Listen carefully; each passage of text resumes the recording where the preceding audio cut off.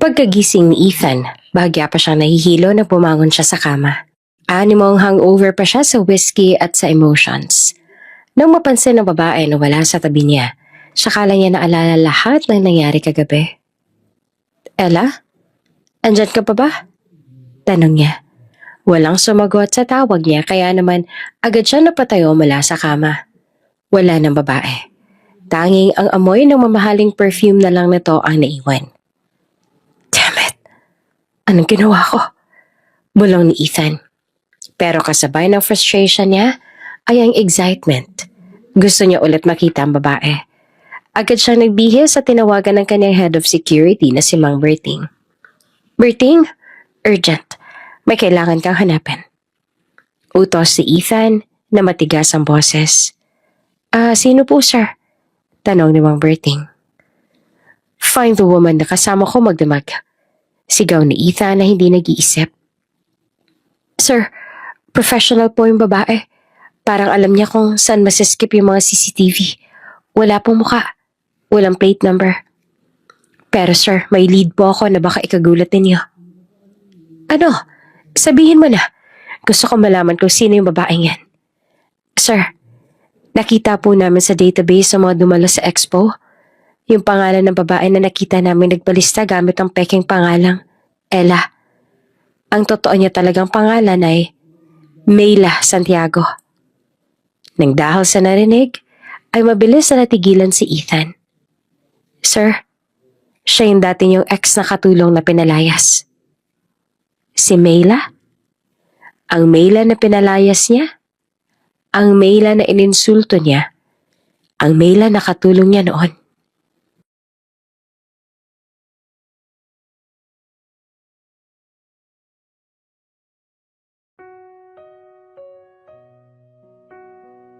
Hoy Mayla! Pagtawag sa kanya ng isang kasambahay dahilan upang bahagya siyang mapatalon sa kinatatayuan. Ihatid mo na yun siya kay sir, baka lumamig pa yan. Dagdag pa nito utos. Nakangiti namang sumunod si Mayla sa kanya, habang may ngiti pa ang labi nang hinatid ang tsaa sa boss nila. Ang simoy ng hangin sa loob ng malaking mansyon ng mga Mendoza ay laging may halong amoy ng mamahaling furniture polish at bagong lutong tinapay. Sa edad na 20, si Mayla ay isa sa mga katulong na nagtatrabaho doon. Simpleng babae lang siya, pero may kakaibang kinang sa mga mata niya at isang ngiti na madaling makahawa sa iba. Ang pamilya ni Mayla ay galing sa probinsya. Ang pagtatrabaho ni Mayla sa pamilya Mendoza ang natitira na lang pag-asa.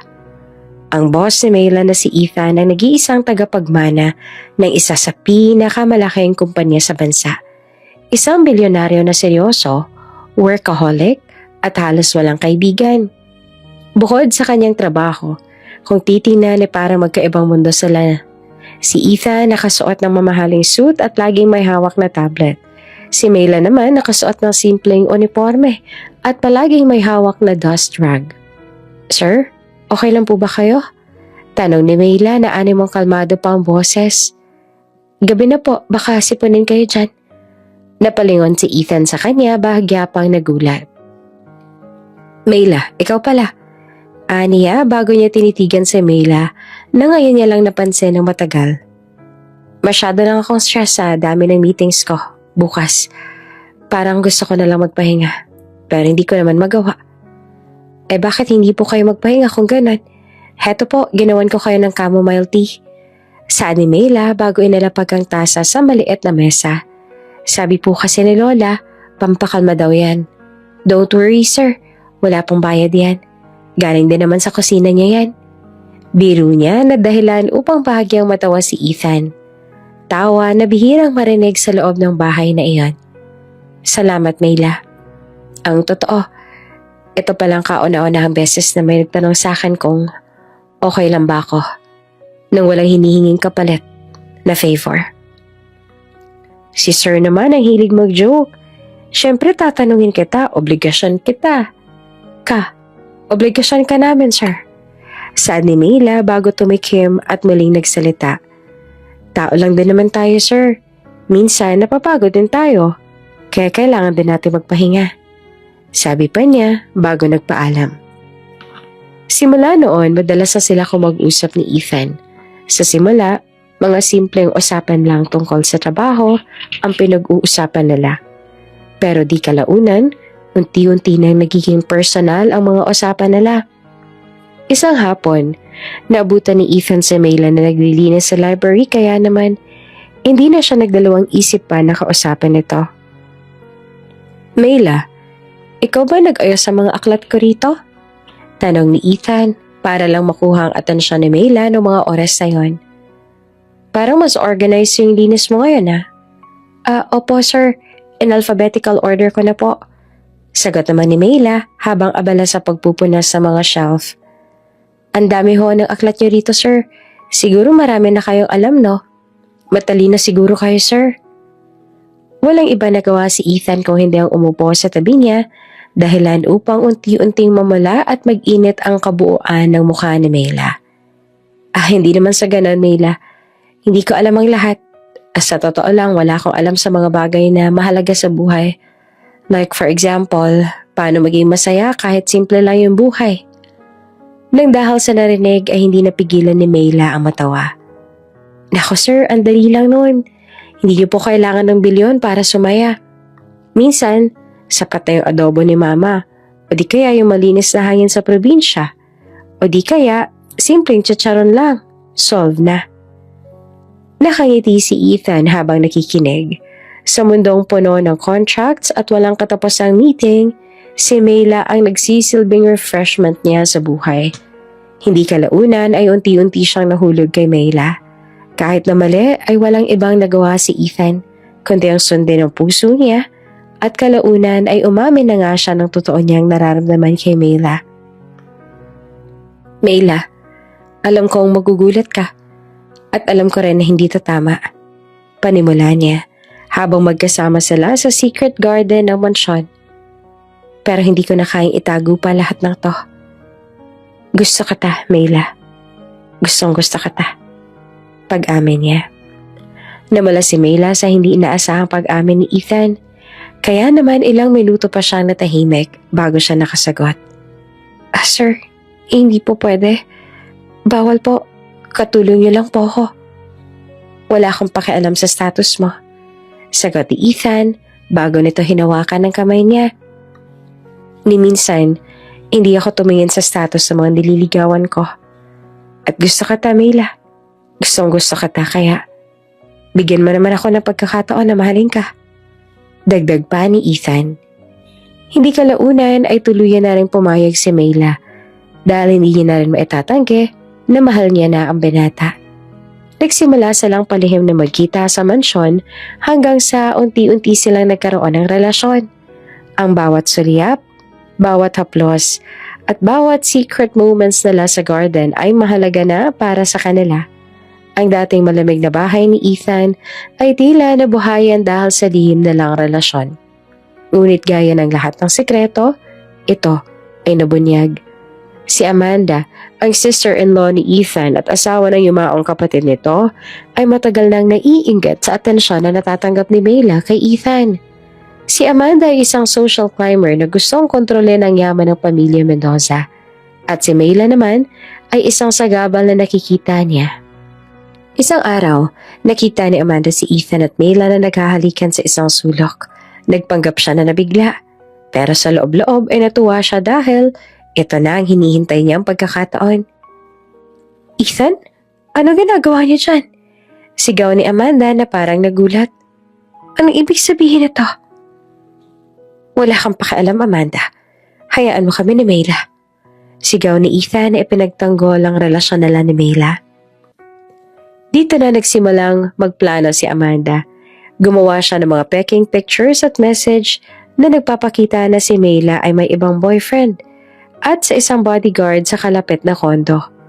Gold digger din daw si Mayla at pera lang ni Ethan ang habol nito kaya ito pumayag na makipagrelasyon sa kanya.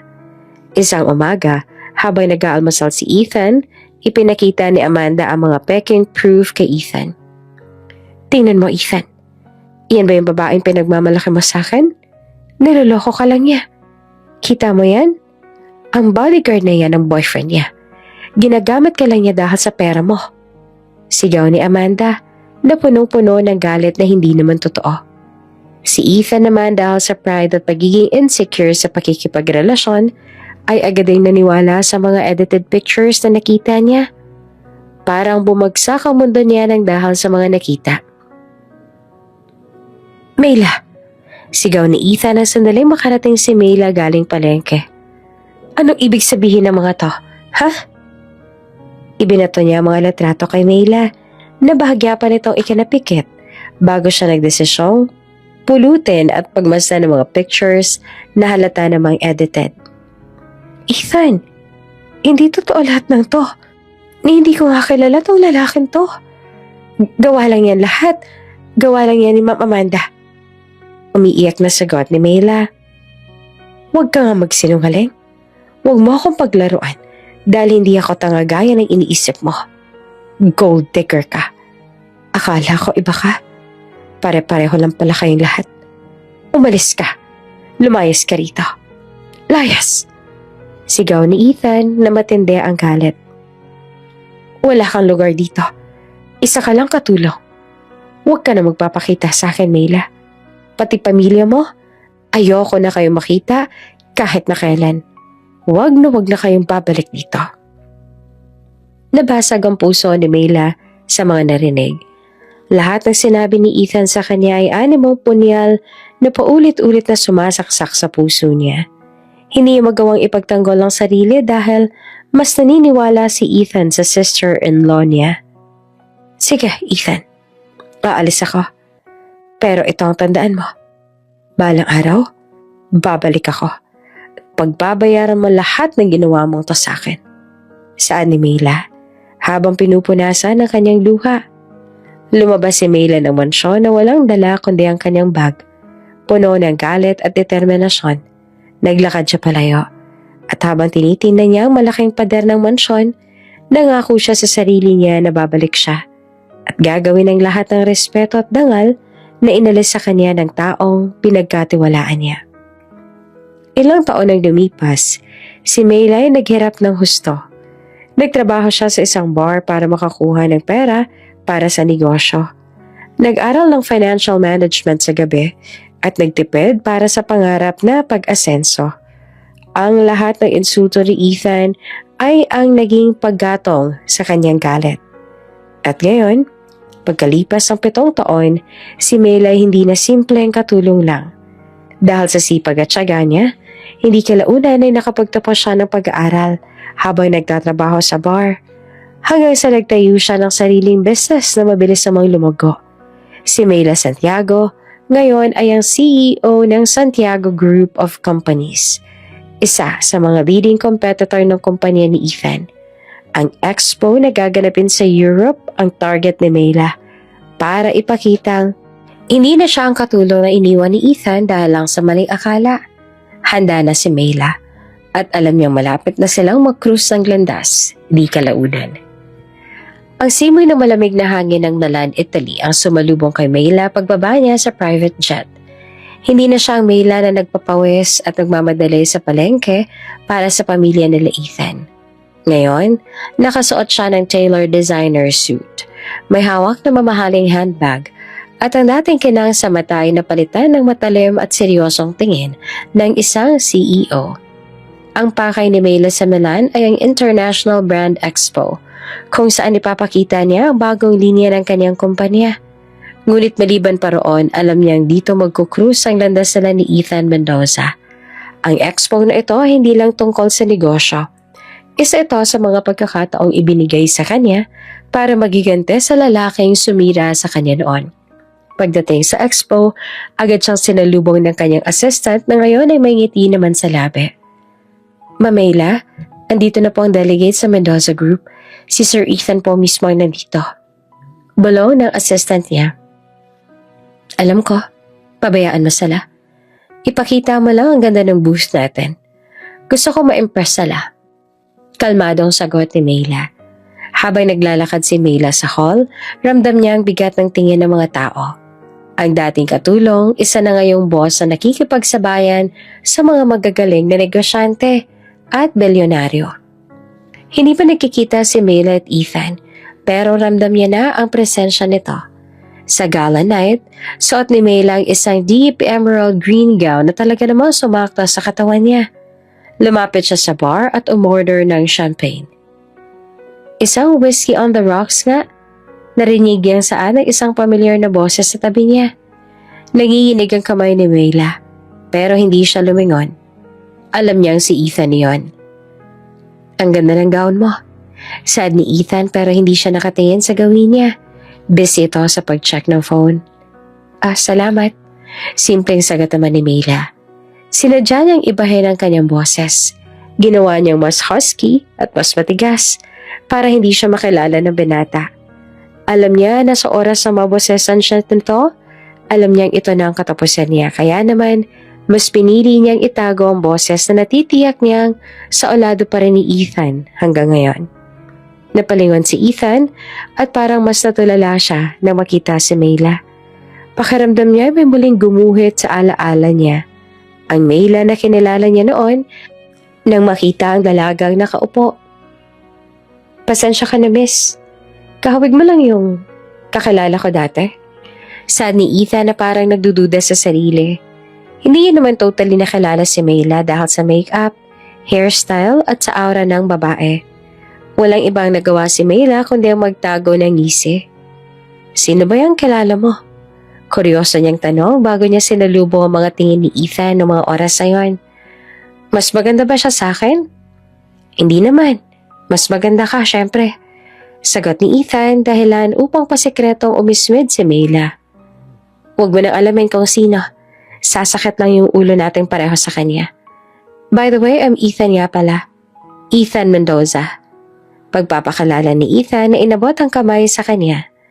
Mabilis namang inabot ni Mayla ang kamay niya pero hindi niya binanggit ang kanyang pangalan. Just call me Ella for tonight. Sagot niya bago ngumiti kay Ethan na kinantahan naman ng binata. Nag-usap silang dalawa ng matagal. Hindi nila pinag-usapan ang tungkol sa negosyo. Nag-usap sila tungkol sa mga simpleng bagay tulad ng travel, movies at life choices. Si Mayla ay nakahanap ng kakaibang comfort kay Ethan. Kahit alam niyang siya ang dapat niyang kamuhian. Si Ethan naman ay nakahanap ng koneksyon kay Ella na matagal niya nang hindi nararamdaman simula nung umalis si Mayla. Ang dami mo palang alam na funny stuff. Saad ni Ethan habang tumatawa. Halos hindi ako tumatawa ng ganito sa loob ng 7 taon. Naramdaman ni Mayla ang kirot sa kanyang puso. Dahil alam niyang siya lang ang nakakapagpatawa kay Ethan kahit na noon pa. Kailangan lang siguro natin ng break sa mga stress sa trabaho natin. Sagot niya. At saka need mong tumawa, no? Sayang, ang pogi mo kung palagi ka nalang bubusangot. Dagdag pa niya. Walang iba nagawa si Ethan kung hindi ang ngumiti kay Mayla. Hindi kalaunan ay nagpatuloy lang sila sa pag-inom. At habang tumatagal, mas lalo lamang silang nagiging interesado sa isa't isa. Alam mo, Ella, ang ganda mo. Bulong ni Ethan habang nakatingin sa mata niya. Ang ganda mo na hindi ko alam kung bakit ako natutulala sa'yo. Sorry kung medyo direct to the point ako. Medyo lasing na yata ako. Huwag ka mag-alala, Ethan. Minsan, mas magandang maging prangka kapag ka-tipsy. Sagot ni Mayla habang pilit na pinipigilan ang nararamdamang init ng whiskey sa kanyang sistema. Ilang minuto pa siyang pinagmasdan ni Ethan mula sa kinauupuan niya bago ito muling nagsalita. Gusto mo bang umalis na lang dito? Parang ang ingay na rito. Tanong niya. Saan naman tayo pupunta? Tanong ni Mayla kahit na alam niya na ang sagot. Kailangan niya munang maging physical. Gusto niyang maramdaman ni Ethan kung ano ang pakiramdam na gustuhin niya ang isang babae na iniinsulto niya dati. Kahit saan, basta kasama kita. Sagot ni Ethan bago nito hinawakan ng kamay niya. Pumunta sila sa penthouse suite ni Ethan. Dito nagsimula ang mainit na gabi sa pagitan nilang dalawa. Noong mga oras na yon, sa kanilang pag-iisa, walang CEO at walang katulong sa pagitan nila. Dalawang tao lang sila na may sexual desire sa isa't isa. Hindi ko alam kung bakit pero pakiramdam ko parang matagal na kitang kilala. Bulong ni Ethan habang hinahalikan si Mayla. Akala mo lang lahat ng yan, Ethan. Sada man ni Mayla habang patuloy na ginagantihan lahat ng halik ni Ethan. Ang importante ay yung ngayon. Kalimutan mo lang muna yung babaeng yan at sa akin ka na mag-focus. Dagdag pa niya. Sinadya niyang huwag magpadala sa damdamin pero ang totoo, nanghihina siya. Ang lalaking ito, ang unang nagbigay sa kanya ng sakit. Ang una rin nagparamdam sa kanya ng pagmamahal. Habang lumalalim ang gabi, naramdaman ni Mayla na hindi lang ito tungkol sa paghihiganti niya kay Ethan. May parte pa rin ng puso niya na nagmamahal kay Ethan. Kahit na ilang beses niya pa itong itanggi. Pero kailangan niyang tandaan, ang sakit na dinanas niya kahit na gustuhin niya pa mang aminin kay Ethan ang lahat. Pagkatapos sa nangyari sa kanila, huminga ng malalim si Mayla. Nakita niya ang mahimbing na tulog ni Ethan. Nayakap siya. Ang gwapo at pamilyar na mukha ni Ethan ay hindi pa rin nagbabago. Kailangan ko na umalis. Ani ang bulong niya sa sarili habang nakatitig sa mahimbing na natutulog na si Ethan. Parte ito ng plano niya. Hindi niya dapat hayaang malaman ni Ethan kung sino talaga siya dahil baka magkaroon pa ng aberya. Dahan-dahan siyang bumangon, inayos ang kanyang gown at buhok. Bago siya umalis, kinuha niya ang isang business card mula sa bulsa ni Ethan. Ang business card ng Chief of Security na to. Nilagay niya ito sa bulsa ng may ngiti sa labi. Tumakas si Mayla bago sumikat ang araw. Iniwan si Ethan na tulala at confused sa umaga. Pagkagising ni Ethan, bahagya pa siyang nahihilo nang bumangon siya sa kama. Animong may hangover pa siya sa whiskey at sa emotions. Nang mapansin ng babae na wala sa tabi niya, saka lang niya naalala lahat ng nangyari kagabi. Ala? Andiyan ka pa ba? Tanong niya. Wala na sumagot sa tawag niya kaya naman agad siyang napatayo mula sa kama. Wala na ang babae. Tanging ang amoy na lamang ng mamahaling perfume ang naiwan. Damn it! Ano ginawa ko? Bulong ni Ethan. Pero kasabay ng frustration niya ay ang excitement. Gusto niya ulit na makita ang babae. Agad siya nagbihis sa tinawagan ng kanyang head of security na si Mang Berting. Berting, urgent. May kailangan kang hanapin. Utos ni Ethan na matigas ang boses. Sino po, sir? Tanong naman ni Mang Berting. Find the woman na kasama ko magdamag. Sigaw ni Ethan na hindi na nag-iisip. Sir, ano pong pangalan? Hindi ko alam. Ang sabi niya, Ella lang. Basta hanapin mo. Tingnan mo lahat ng CCTV sa hotel. Gusto ko na bago matapos ang araw na to, alam ko na kung sino siya. Alam ni Ethan na walang kwentang ginawa niya. Pero ang kagustuhan at ang kuryosidad niya sa babae ang nagtulak sa kanya na gumawa ng paraan. Hindi niya alam na ang babaeng ipinapahanap niya ay ang babaeng minahal at pinalayas niya 7 taon na ang nakakaraan, si Mayla. Matapos ang mainit na gabi sa Milan, dumiretso si Mayla sa kanyang private villa na malayo sa hotel ni Ethan. Nakaupo siya sa balcony, umiinom ng kape, pero imbes sa satisfaction ang nararamdaman, may halong confusion at guilt ang nararamdaman niya noong mga oras na yon. Mission accomplished na. Nakabawi ka na sa kanya, diba? Pero bakit parang mas masakit? Bulong ni Mayla sa sarili. Ang totoo, hindi niya inaasahang magiging ganoong ka-intense ang koneksyon nila. Sa loob ng 7 taon, ang galit ang nagbibigay sa kanya ng lakas. Pero isang gabi lang, tila natunaw na ang lahat. Ma'am, okay lang po ba kayo? Tanong ni Vina, ang kanyang personal assistant na dati ay nakasama niya sa bar at ngayon ay matalik niya ng kaibigan. Parang zombie kayo ngayon ah. Ano nangyari sa gala night? Wala, Vina. May nakilala lang akong lalaki. One night stand, ganon. Kahit na anong gawin kong kalimot, hindi ko pa rin siya magawang kalimutan hanggang ngayon. Sagot ni Mayla habang pilit na ngumingiti. Hala, baka naman gusto mo ulit yung lalaking yon. Huwag kang papayag, Mayla. Naaalala mo ba yung time na pinalayas ka niya? Huwag mong kakalimutan lahat ng sinabi niya sa'yo. Kung paano kanya sinabihang gold digger. Magpapaalala pa ni Vina. Alam ko, Pero Vina, sana maintindihan mo na siya pa rin yun, diba? Ang lalaking minahal ko, bago ako maging ganitong kaseryoso. Saad pa ni Mayla, bago siya napahinto. Pero wala na, tapos na. Babalik na tayo sa Pilipinas. Kailangan ko na ulit siyang kalimutan. Kailangan ko na rin kasi mag-focus sa negosyo ko. Samantala, sa penthouse suite sa Milan, halos masira na ni Ethan ang phone niya sa frustration. Berting, ano na? Wala ka pa ba rin makitang lead? Kahit CCTV man lamang sa hotel?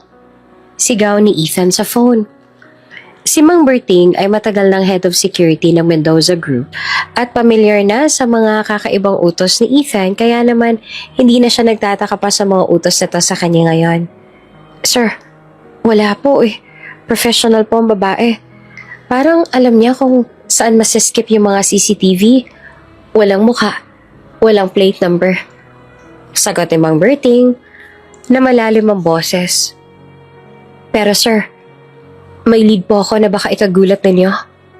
Ano? Sabihin mo na. Gusto kong malaman kung sino yung babaeng yan. Sir, nakita po namin sa database sa mga dumalo sa expo. Yung pangalan ng babae na nakita namin nagpalista gamit ang peking pangalan na Ella. Ang totoo niya talagang pangalan ay Mayla Santiago. Nang dahil sa narinig ay mabilis na natigilan si Ethan. Naani mo parang ilang ulit niya nang narinig ang pangalang iyon, na ang buong katawan niya ay nanlamig at agad niyang nabitawan ang phone sa sobrang gulat. Nang sandaling mahimasmasan, agad niyang kinuha ang phone. Mahina at nanginginig ang boses niya noon nang sandaling magsalita ulit siya. Sir, siya yung dati niyong ex na katulong na pinalayas. Dagdag pa nito. Si Mayla? Ang Mayla na pinalayas niya? Ang Mayla na ininsulto niya? Ang Mayla na katulong niya noon? Hindi siya makapaniwala. Ang magandang babae na nakasama niya sa kama, na kinalimutan niya, ay ang babae nagpabago sa buhay niya. Berting, sigurado ka ba dyan? I-double check mo nga. Baka nagkakamali ka lang. Sigaw pa ni Ethan na umaasang mali siya sa narinig. Sir, siya po ang CEO ng Santiago Group. Yung company po niya yung head na competitor natin. No doubt, sir. Nagbago lang po ang look niya. Pero siya po talaga yon. Paliwanag ni Mang Berting. Nagsimulang maglakad si Ethan sa suite, frustrated at guilty. Ang lahat ng memories nila ni Mayla, ang secret romance nila, ang mga tawanan sa garden, at ang huling sakit na idinulot niya. Agad na bumalik ang lahat ng iyon sa alaala niya. Diyos ko, Mayla, anong ginawa ko? Bulong niya. Kung may reason man si Mayla para magigante, yun na yun. Ang one night stand na yun ay hindi lang isang simpleng one night stand. Iyon ang laro na sinimula ni Mayla. Maya-maya tumawag si Vivian, ang present girlfriend niya, na isang socialite na walang ibang ginawa kundi ang bumili ng mamahaling damit at mag-organisa ng charity events. Babe, nasan ka na? Nag-aalala na ako. Kailan ka babalik? May fashion show tayo sa Manila at gusto ko ikaw mag-aabot ng award. Malambay na saad ni Vivian. Hindi ko alam, Vivian. May business emergency ako rito eh. Matigas na sagot naman ni Ethan. Emergency? Mas importante pa ba yan kaysa sa akin? Sige na babe, miss na kita. Saad naman ni Vivian na nagpa-cute pa. Mamaya na lang tayo mag-usap, Vivian. Tawagan na lang kita. Sagot ni Ethan. At in the end yan ang call. Wala siyang time para sa drama ni Vivian. Ang buong focus niya ay na kay Mayla Santiago na ngayon. Agad na umuwi si Ethan sa Pilipinas. Ang una niyang ginawa ay pumunta sa lumang garden ng mansyon. Dito sila nag-usap at nagplano ng kanilang mga sekreto nila noon. Hindi kalaunan ay umupo siya sa bench na dati na lang inuupuan. Gold digger? Tinignan mo yung babaeng sinabihan mo ng ganon, Ethan? CEO na siya. Mas mayaman pa yata sa atin ngayon. Anong gold ang hahabulin niya sa akin? Sarkastikong bulong niya sa sarili. Ang totoo ni minsan, hindi pa siya nakaget over kay Mayla. Sa loob ng 7 taon, Walang babae ang nagpabilis ng tibok ng puso niya. Para sa kanya, lahat ng babae ay boring, shallow, o masyadong obvious na gold digger. Si Mayla lang nagbibigay sa kanya ng totoong saya. Ngayon, nalaman niyang ang one-night stand nila ay hindi lang simpleng one-night stand. Ito ang karma niya. Tinawagan ni ulit si Mang Berting pagkaraan ng ilang minuto niyang pagbalik tanaw sa lahat. Berting, i-cancel mo lahat ng meetings ko bukas. Maghanap ka ng lahat ng information tungkol sa Santiago Group. Kung nasa ng office si Mayla, kung ano mga project niya. Gusto ko ready na ako pag nakita kami ulit. Utos niya kay Berting. Sir, nakahanda na po kami. Pero sir, bakit po ba? Haharap na po ba tayo sa kanila? Tanong ni Mang Berting. Napahawak si Ethan sa ulo dahil sa labis sa frustration. Hindi ko alam, Berting. Basta maghanda lang tayo. Gusto ko siyang kausapin ng personal. Sagot niya. Alam ni Ethan ito nang simula ng war nila ni Mayla. Isang war sa boardroom, sa social events, at alam niya sa sarili, sa puso niya. Pagbalik ni Mayla sa Pilipinas, wala siyang inaksayang oras. Ang Santiago Group of Companies ay agad na nagsagawa ng press conference para sa kanilang bagong project.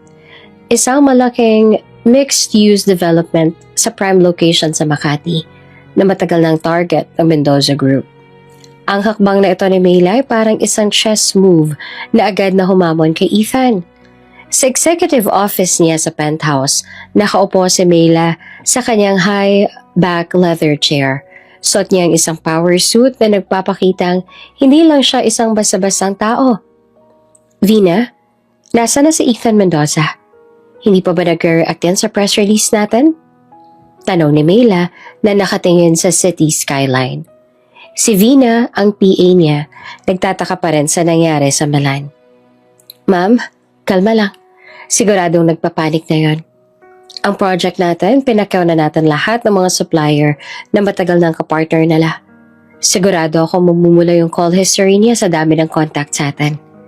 Sagot nito sa kanya. Napangiti naman si Mayla sa narinig mula sa assistant niya. Gusto ko makita yung mukha niya kapag nalaman niyang hindi lang ako sa kama nakapaglaro sa kanya, Vina. Schedule mo ako sa launching ng Philippine Business Summit. Alam kong nandun siya. Kailangan natin ng formal showdown. Masusunod po, Ma'am Mayla. Pero, personal ba talaga to? Hindi lang business? Tanong ni Vina. Sa simula, business lang. Pero ngayon, lahat na. Gusto ko makita at maramdaman niya na nagkamali siya ng taong kinalaban at ininsulto noon. Sagot pa ni Mayla na puno rin ng diin. Samantala, sa Mendoza Tower naman, halos magliyab na sa galit si Ethan. Nakalatag sa mesa niya ang report tungkol sa Santiago Group. Ang kanilang assets, mga projects, lahat-lahat ay may pangalan at nabili na ni Mayla. Unbelievable. Hindi ako makapaniwala na yung Mayla na yon. Yung katulong namin, ang gumagawa nito sa akin. Sigaw ni Ethan kay Mang Berting. Sir, sobrang bilis po ng growth ng Santiago Group. 5 years pa lang sila pero parang malaki at matagal na. At si Ma'am Mayla, they said she's ruthless sa boardroom. Paliwanag ni Mang Berting. Ruthless? Ako nagturo sa kanya ng ruthless na sinasabi, Berting. Pinalayas ka siya. Ininsulto ko siya. Kaya siguro ganyan siya ngayon. Ang pinagtataka ko lang, bakit pinatulan pa niya ako sa Milan? Isa bang trap yun? Tanong ni Ethan na hinawakan ng bridge ng kanyang ilong. Sir, distraction ho siguro para ma-distract kayo sa business. Sabi ni Mang Berting. Distraction? Kung distraction man, effective siya. Hindi ko siya maalis sa isip ko. Ganon siya kagaling. Pero hindi ako magpapatalo. Tumawag ka sa event organizer ng summit. Gusto ko, ako ang speaker. Gusto kong makita siya ng mata sa mata. Utos si Ethan. Hindi nagtagal, naganap ang Philippine Business Summit. Ang Grand Ballroom ay puno ng mga business tycoons at investors. Si Ethan na nakasuot ng impeccable dark suit ay pumasok ng formal at may authority sa mga mata. Hindi nagtagal na tigilan si Ethan. Sa kabilang dulo ng ballroom pumasok si Mayla na mas lalo pang gumanda kaysa sa Melan. Elegante, confident, at halatang mapanganib. Nakita niyang papalapit si Mayla at sa pagkakataong yon, hindi na siya nagulat. Naganda siya. Nagkatinginan sila. Isang tingin na puno ng galit, poignancy at desire. Lumapit si Mayla sa table ni Ethan. Ang crowd ay tila huminto sa paghinga dahil obvious sa lahat na may tensyon sa kanilang dalawa. Ethan, nice to see you again. Sabi ni Mayla na malamig ang boses, ngunit masasabi niya namang formal. Ang pagbanggit niya sa pangalan ni Ethan ay walang bahid ng intimacy na meron sila noong gabi yon. Tumayo si Ethan, pilit na ngumiti, pero ramdam ang init sa kanyang mukha. Mayla Santiago, akala ko lang pangalan mo. Miss, big difference yun ah. Sana sinabi mo, para hindi na ako nag-aksaya ng resources para hanapin ka. Hindi ko kailangang magpakilala sa taong kilalang kilala ko. Ikaw lang may amnesia, Ethan. Sagot naman ni Mayla bago ngumiti ng sarkastiko. Pero thank you nga pala sa one night stand. Naging break ko yon bago ako mag-focus sa business dito. Business? Talaga? O personal? Bakit ang project na matagal nang gusto ng kumpanya namin ang pinasok mo? Bumalik ka ba para magigante? Mayla? Tanong ni Ethan ng direkto dahilan upang umisi si Mayla. Maghigante? No, Ethan. Hindi paghihigante ang tawag dyan. Ang tawag dyan, competition. Nagsimula lang ako sa dulo, kaya alam ko kung paano gumawa ng empire. Gusto mo ng showdown? Sige, handa ako sirain ang empire mo, brick by brick. Sagot naman ni Mayla. Huwag ka masyadong magpakampante, Mayla. Hindi pa rin nakakalimutan ng lahat na dati kang katulong. Banta ni Ethan na sinadyang patamaan ang nakaraan niya. Hindi natinag si Mayla. Sa halip ng matigilan ay mas lalo lang siyang ngumiti sa pikon na si Ethan. Hindi ko kailangang itago ang past ko, Ethan. Ang past ko ang nagpayaman sa akin. Ikaw, kaya mo ba akong tingnan sa mata at sabihin, Congrats, Mayla. Dahil galing ka sa hirap at kinaya mong abutin ang narating mo dahil sa mga insulto ko. Nang dahil sa narinig ay bahagyang napakuyom ng kamao si Ethan. Gusto niyang yakapin at halikan ng babae. Pero ang pride niya ay mas matindi. Impressive ang performance mo, Mayla. And I can't deny it. Pero sa boardroom, wala dapat drama. Business is business. Kaya mo bang personally ng business war na gusto mo? Kasi Mayla, hindi na ako nagpapatawad ngayon. Sagot naman ni Ethan sa kanya bago ngumisi na nakakaloko. Bring it on, Ethan. Mendoza versus Santiago. Tingnan natin kung sino magsasara ng kumpanya niya. Sagot ni Mayla at tumalikod na siya. Hindi pa nakakalayo si Mayla ay muli nagsalita si Ethan ng mas mahina. Mayla? Did that night mean anything to you? Tanong ni Ethan. Huminto si Mayla pero hindi siya lumingon. It was nothing. A mistake. Pero salamat sa pagmamahal mo, Ethan. Yun ang ginamit ko para maging ganito kayaman. Sagot ni Mayla sa kanya bago tuluyang umalis. Frustrated si Ethan at naninikip ang puso niya sa pagharap na lang dalawa ni Mayla. Ang business war nila ay opisyal na ang nagsimula at alam ni Ethan na ang kalaban niya ay ang babaeng matagal niya nang minamahal at inaasam. Mula sa Philippine Business Summit, naging headline sa business section ng mga pahayagan ang matinding rivalry sa pagitan ng Mendoza Group ni Ethan at ng Santiago Group ni Mayla. Walang alam ang media sa personal history ng dalawa pero ramdam na lang tensyon sa bawat galaw ng dalawang bilyonaryo. Ang war nila ay hindi lang sa real estate. Pumasok si Mayla sa mga sector ng dominado ni Ethan, gaya ng telecommunications at energy, Ginamit ni Mela ang kanyang talino at resources para mang-agaw ng mga suppliers at key personnel ni Ethan. Isang araw, naganap ang isang bidding para sa isang malaking government contract sa infrastruktura. Ang contract na ito ay kritikal para sa prestige at income ng Mendoza Group. Nakita sila sa bidding room. Parehong nakasuot ng power attire at parehong may poker face. Mela, hindi ka naman nagsasawa sa pag-aya sa akin?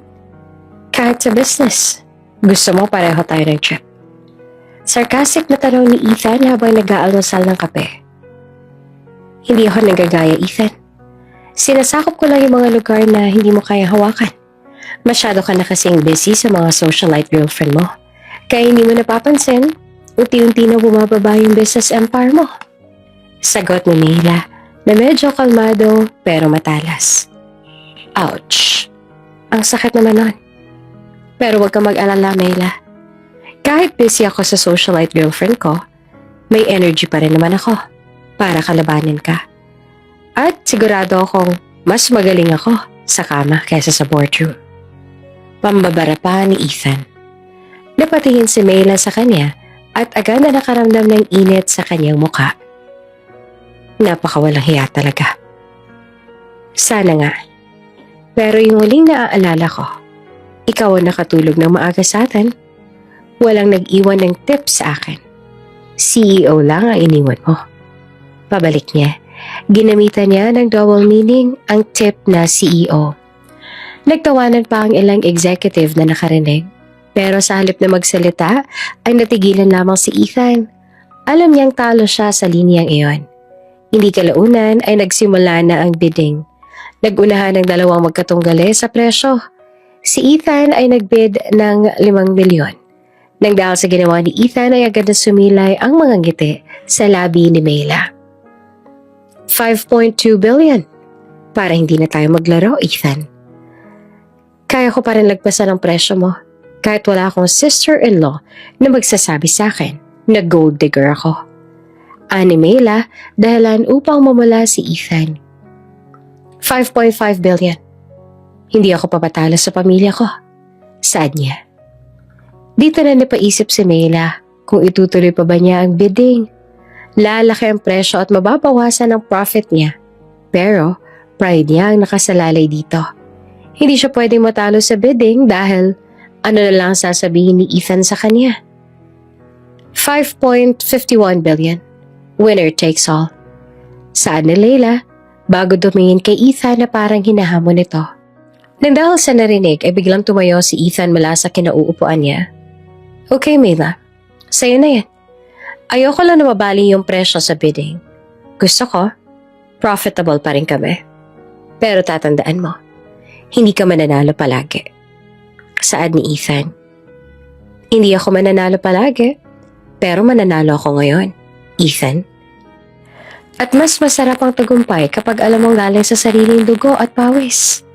Hindi dahil sa surname at pamilya na meron ka. Sagot naman ni Mela.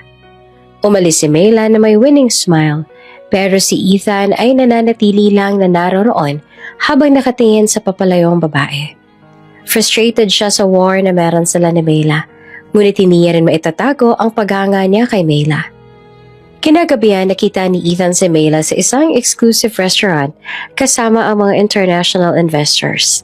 Nandoon din si Ethan para makipag-dinner sana kay Vivian pero na-delay iyon. Nakita ni Mela si Ethan na naglalakad siya papalapit. Hindi para manggulo, kundi para makipag-usap sa investor ni Ethan. Excuse me, gentlemen. Hi, Mr. Tanaka. May I talk to you for a moment? Tanong ni Mela na may ngiti sa labi. Nagdahil sa ngiti ni Mela na sigurado may balak na ng mga oras na yon, walang ibang nagawa si Ethan kung hindi ang magpigil kahit na nagpipigil na siya ng galit noong mga oras na yon. Sinabotahin na siya ni Mela sa mismong harap niya. Mela, ano sa tingin mo yung ginagawa mo? This is my table. Galit na saan ni Ethan na tumayo na agad at tinawakan ang braso ni Mela. Agad naman na inalis ni Mela ang kamay niya, ngunit nananatili pa rin may mapaglarong ngiti sa labi.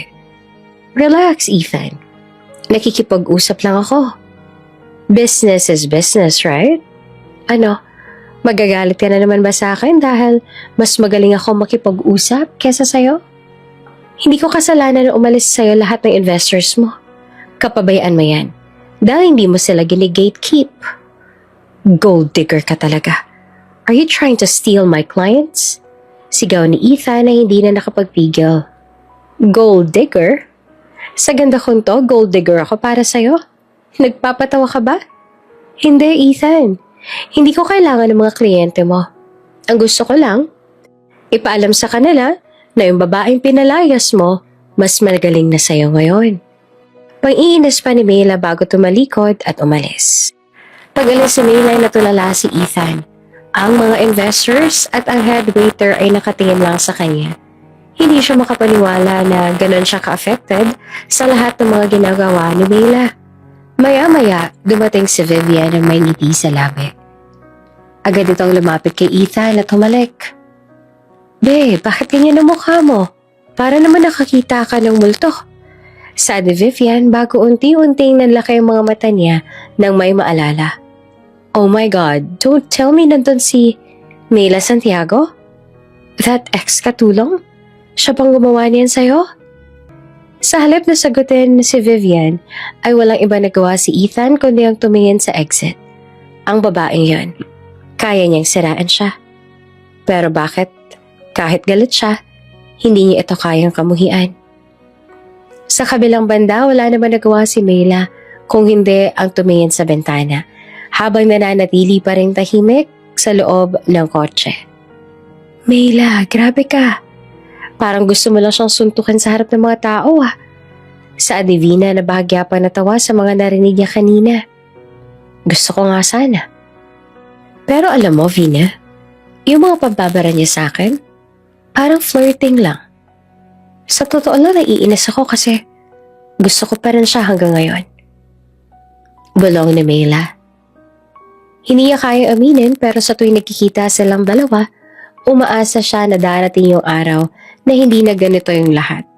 Umaasa siya na magkakabalikan pa rin silang dalawa kahit na alam niya sa sarili niyang malabo na rin mangyari yon dahil magkarebal na sila ngayon.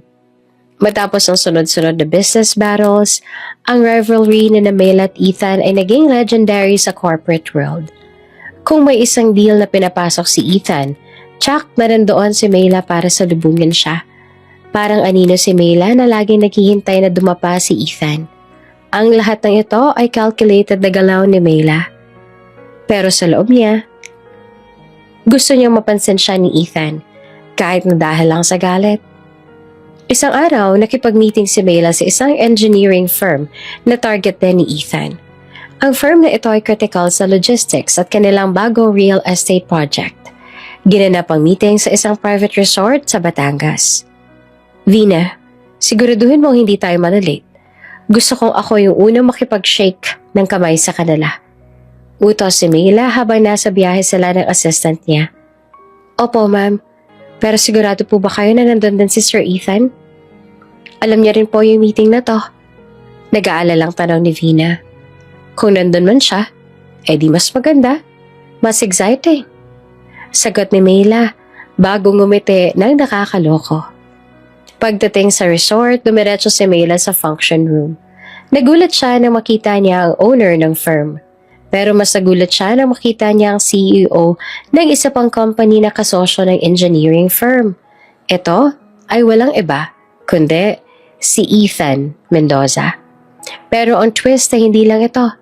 Hindi inaasahan ni Mela na ang meeting pala ay hindi secret bidding. Ito pala ay isang formal merger talk sa pagitan ng engineering firm at ng partner company ni Ethan. Ang engineering firm pala na to ay co-owned ng pamilya ng partner ni Ethan. Tumingin si Ethan kay Mela at sa pagkakataong yon, si Ethan naman ang na-surprise na makita si Mela. Hindi niya inaasahan na magpaparamdam si Mela sa mga meeting na to. Akala niya wala si Mela sa Maynila. Mela, what a surprise! Akala ko ba busy ka sa pag-ayos ng butik mo? Bati ni Ethan na medyo sarcastic. Ethan, what a coincidence. Akala ko busy ka sa pagpaplano ng wedding mo kay Vivian. Hindi mo naman sinabi na may partner ka na pala sa firm na to. Sneaky, ha? Balik ni Mayla sa kanya. Umupo si Mayla na nanatili pa rin kalmado kahit na disappointed na sa miscommunication ng sources niya. Sorry, Ma'am Mayla. Sir Ethan. Akala ko alam ninyong dalawa ang nature ng meeting na to. Saan ng owner ng engineering firm na si Mr. Cruz? Of course, alam ko, Mr. Cruz. Pinapunta ko lang si Mayla para makita niya kung paano ako mag-close ng deal. Sagot ni Ethan na sinadya ng pagmumukhaing kawawa si Mayla. Really, Ethan? O baka naman dito mo lang ko kayang tawagin dahil alam mo hindi tayo mag-aaway. Masyado ka kasing busy sa girlfriend mo na hindi mo na alam kung sino yung totoo mong karibal. Sabi pa ni Mayla. Walang iba nagawa si Ethan kundi ang umismin. Hindi kalauna na nagsimula ang meeting. Sa loob ng conference room, parang nag-aaway at naglalantian ang dalawa. Ang bawat suggestion ni Mayla ay sinasagot ni Ethan at ang bawat point naman ni Ethan ay inaatake naman ni Mayla. Mr. Cruz, risk ang strategy ni Ethan. Masyadong aggressive. Sabi ni Mayla. Hindi risk yun, Mayla. Confidence ang tawag doon. Yun yung kulang sa company mo. Sagot ni Ethan. Gusto mo ba talagang malaman kung anong kulang sa company ko? Ang kulang sa company ko? Walang katulad mo na nang iwan na lang at bumalik na parang walang ginawa. Pambabara ni Mayla. Hindi kita iniwan, Mayla.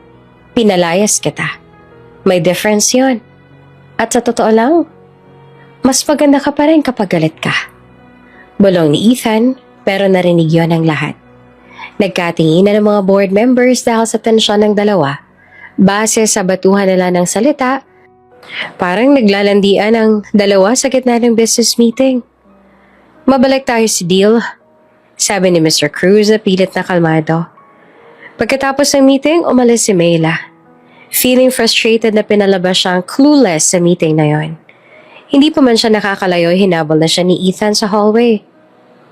Mayla, sandali. Tawag ni Ethan. Huminto si Mayla sa paglalakad bago bumalik kay Ethan na ngayon ay naghahabol na ng hininga. Ano na naman, Ethan? Wala na tayo sa meeting. Wala nang press dito. Kaya cut the act. Wait, hindi to act. Naiinis ako sa sarili ko. Bakit ba hindi ko matanggap na mas magaling ka na sa akin? Sigaw ni Ethan habang ang mukha ay medyo frustrated na. Kasi masakit sa pride mo, Ethan. Akala mo katulong lang ako. Pero pambawi ko sa'yo yan. Sa lahat ng insulto mo. Sagot ni Mayla na ang boses ay nanginginig na ng mga oras na yon. Pero hindi mo ba naiintindihan? That night and Milan. Gusto kita, Mayla. Kahit nung katulong ka, ikaw ang mahal ko. Hanggang ngayon. Hindi ko pa rin nawawala sa isip ko. Pag-amin ni Ethan na hinihingal dahil sa galit at emosyon. Tama na, Ethan. Hindi ako maniniwala sa'yo. Kung ano man ang nangyari sa atin noon, kung ano man ang meron tayo noon, tapos na lahat ng yon. Nag-usap lang tayo ngayon dahil sa negosyo. Sabi ni Mayla, bago nalampasan si Ethan.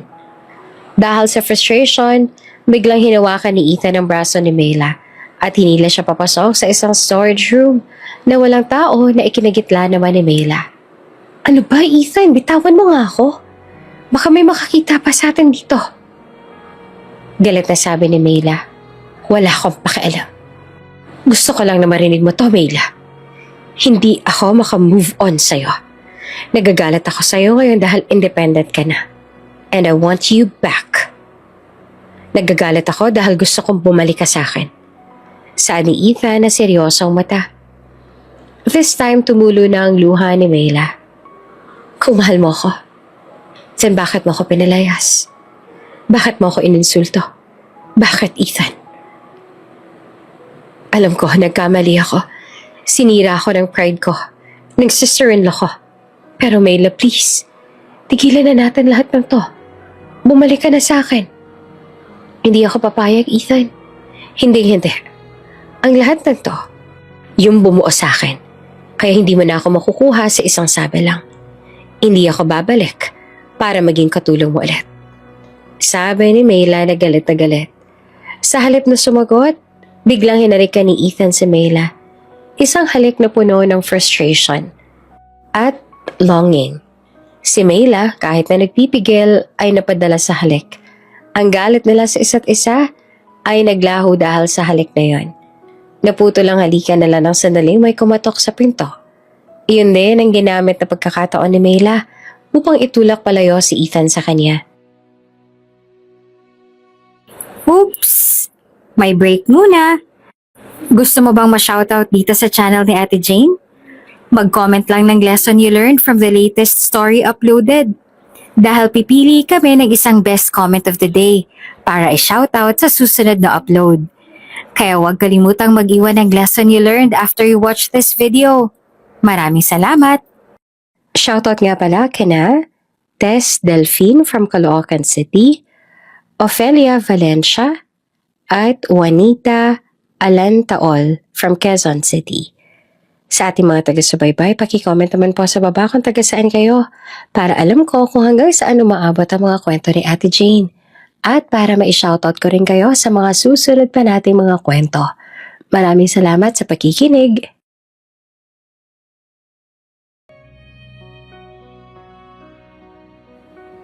Sir Ethan, Mamela, may car na po kayo sa labas. Saan ang nasa labas?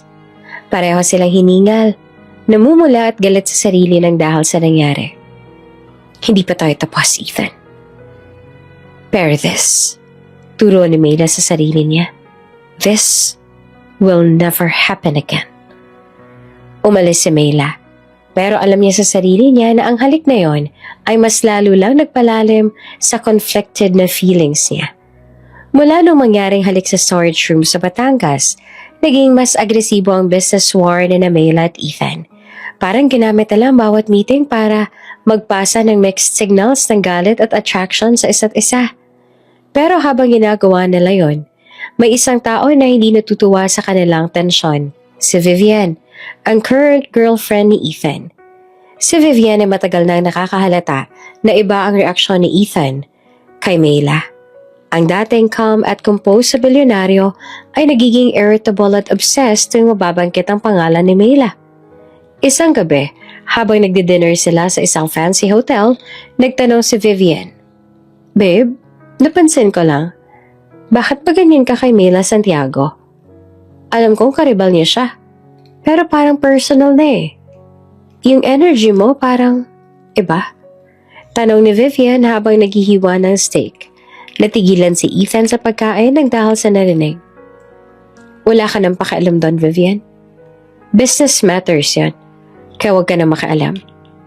Sagot niya na lang. "Sige, business. Pero bakit ang dami nag-uusap na business tycoon sa parang naglalandian kayo sa boardroom? Babe, she's your ex, katulong. Yung pinalayas mo. Kaya huwag mo siyang bigyan ng atensyon." Hysterical na sabi ni Vivian. "Wala naman akong pakialam sa past niya.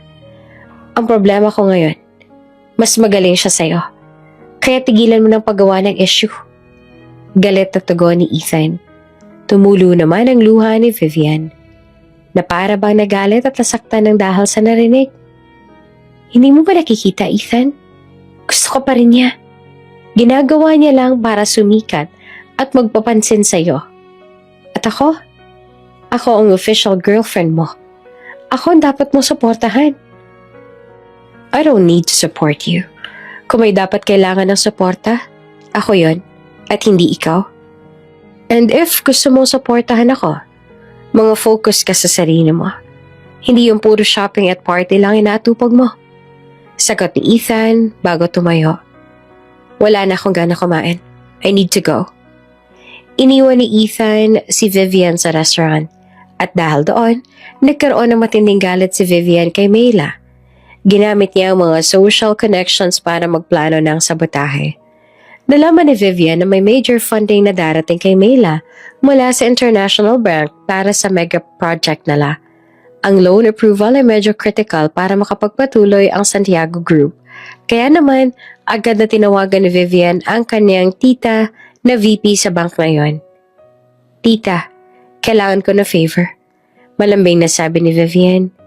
May loan na aalis sa inyo. Alam mo na kung sino. Ang loan na yon, ipitin mo.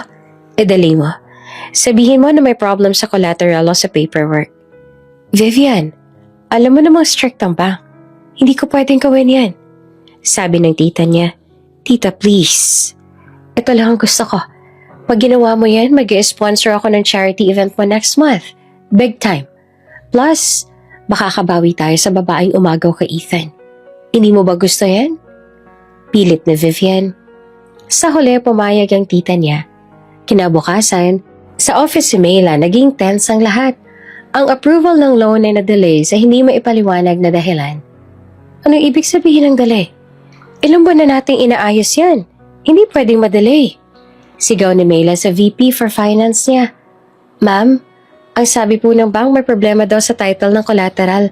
Kailangan daw na i-verify ulit. Paliwanag ng VP. Verify? Wala namang problema yan ah. Sino ba yung contact mo sa bank? I-call mo ulit. Utos si Mayla.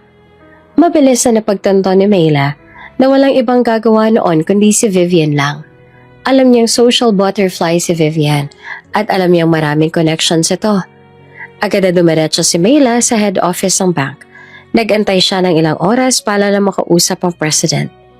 Mr. President, alam kong stable ang Santiago Group. Wala kami problema sa collateral. May kung sino lang na sumabotahe sa akin.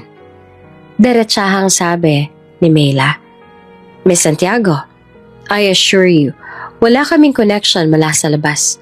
Pero kailangan nating sundin ang process. Sabi ng president. Pero halatang kinakabahan. Dito ginamit ni Mayla ang kanyang trump card.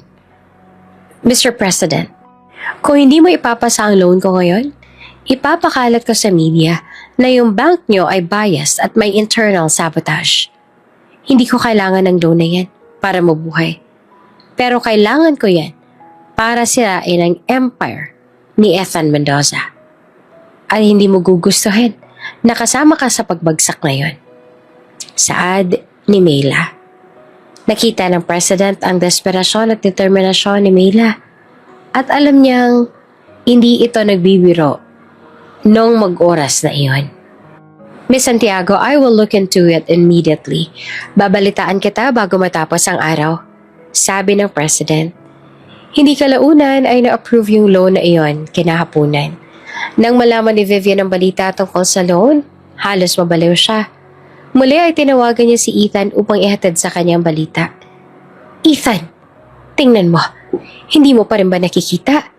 Ang babaeng yan, demonyo yan. Sisirain niya yung negosyo mo. Sigaw ni Vivian. Ano pinagsasasabi mo, Vivian? Tanong ni Ethan na nagugulahan. Wala. Basta sinasabi ko sa'yo. Ako ang dapat mong piliin. Paniwalaan mo ako, Ethan. Mahal kita. Kaya ako ginagawa lahat ng to. Sad ni Vivian na halos umiyak na dahil sa mga nangyayari. Hindi na pinansin ni Ethan ang drama ni Vivian. Alam niyang desperada na si Vivian, pero hindi niya alam na kayang-kaya nitong makialam sa business nila. Pag uwi ni Ethan sa bahay, nakita niya si Mayla na nakaupo sa kanyang balcony. Ang balcony ay madalas silang tagpuan noon. Hindi siya nakatingin sa kanya pero nakatingin lang sa skyline. Mayla, paano ka nakapasok dito? Gulat na tanong ni Ethan. Tumingin si Mayla kay Ethan na seryoso ang mga mata. Nakapasok ako dahil sabi mo, may share ako sa garden na to. Gusto ko lang sabihin sa'yo, Ethan, na wag kang gagamit ng proxy para kalabanin ako. Tayo ang magkatunggali. Huwag mong isali si Vivian dito, Ethan. Nagulat si Ethan ang dahil sa narinig. Paano proxy? Ano ba pinagsasasabi mo? Wala akong alam na ginawa ni Vivian. Wala? Na-delay lang naman ang loan approval ko dahil may contact si Vivian sa bangko. Kaya huwag mo akong subukan, Ethan. Kung gusto mo, diretso tayo maglaban. Huwag mong gamitin at isali rito ang babae mo. Banta pa ni Mayla. Dito na-realize ni Ethan na totoo nga lahat ang tumatakbo sa isip niya kanina. Mayla, I'm sorry, hindi ko alam. Sabi ni Ethan na medyo sincere. Sorry, hindi ako natatakot sa'yo.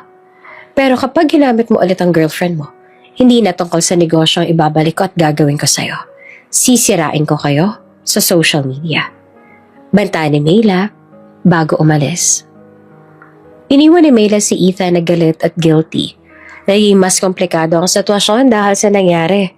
Kailangan niyang kontrolin ng girlfriend niya. O masisira si Mayla at hindi niya gugustuhin mangyari iyon. Ang mga buwan na sumunod sa confrontation sa mansyon ay punong-puno ng corporate attacks at counter-attacks.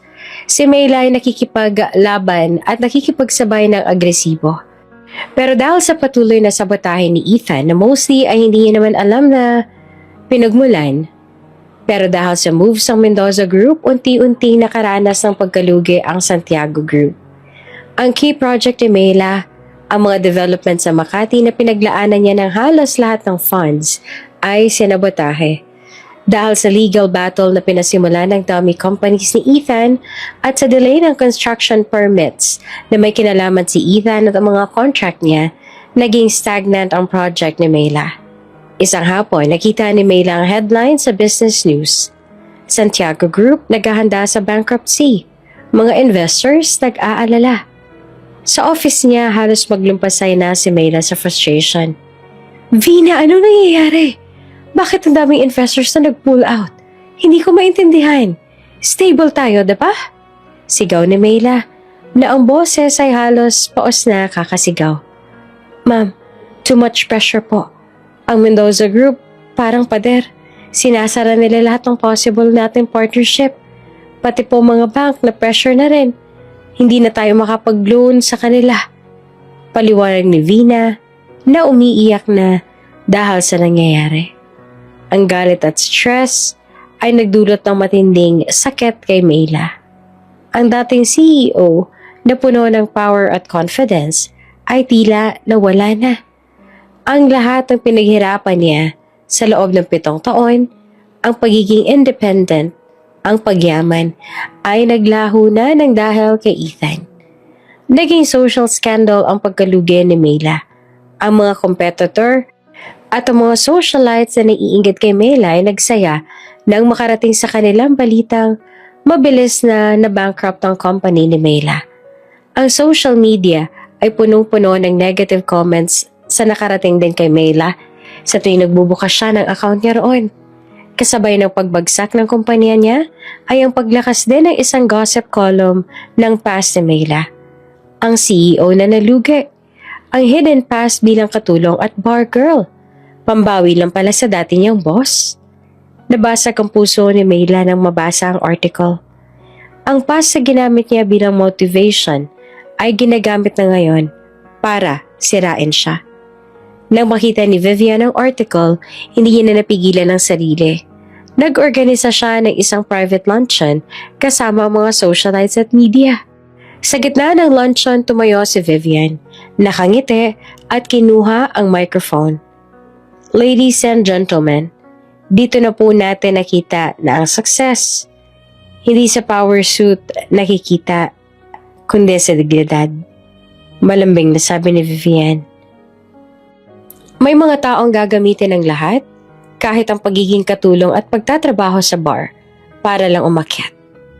Pero ang totoo, ang class, hindi kailanman mabibili ng pera. Ang indirect attack na iyon ay halata kay Mayla. Ang media ay nag-ingay at kinuna ng picture si Vivian. Sa bahay ni Mayla, wala siyang ibang ginagawa kundi ang umiyak na lang.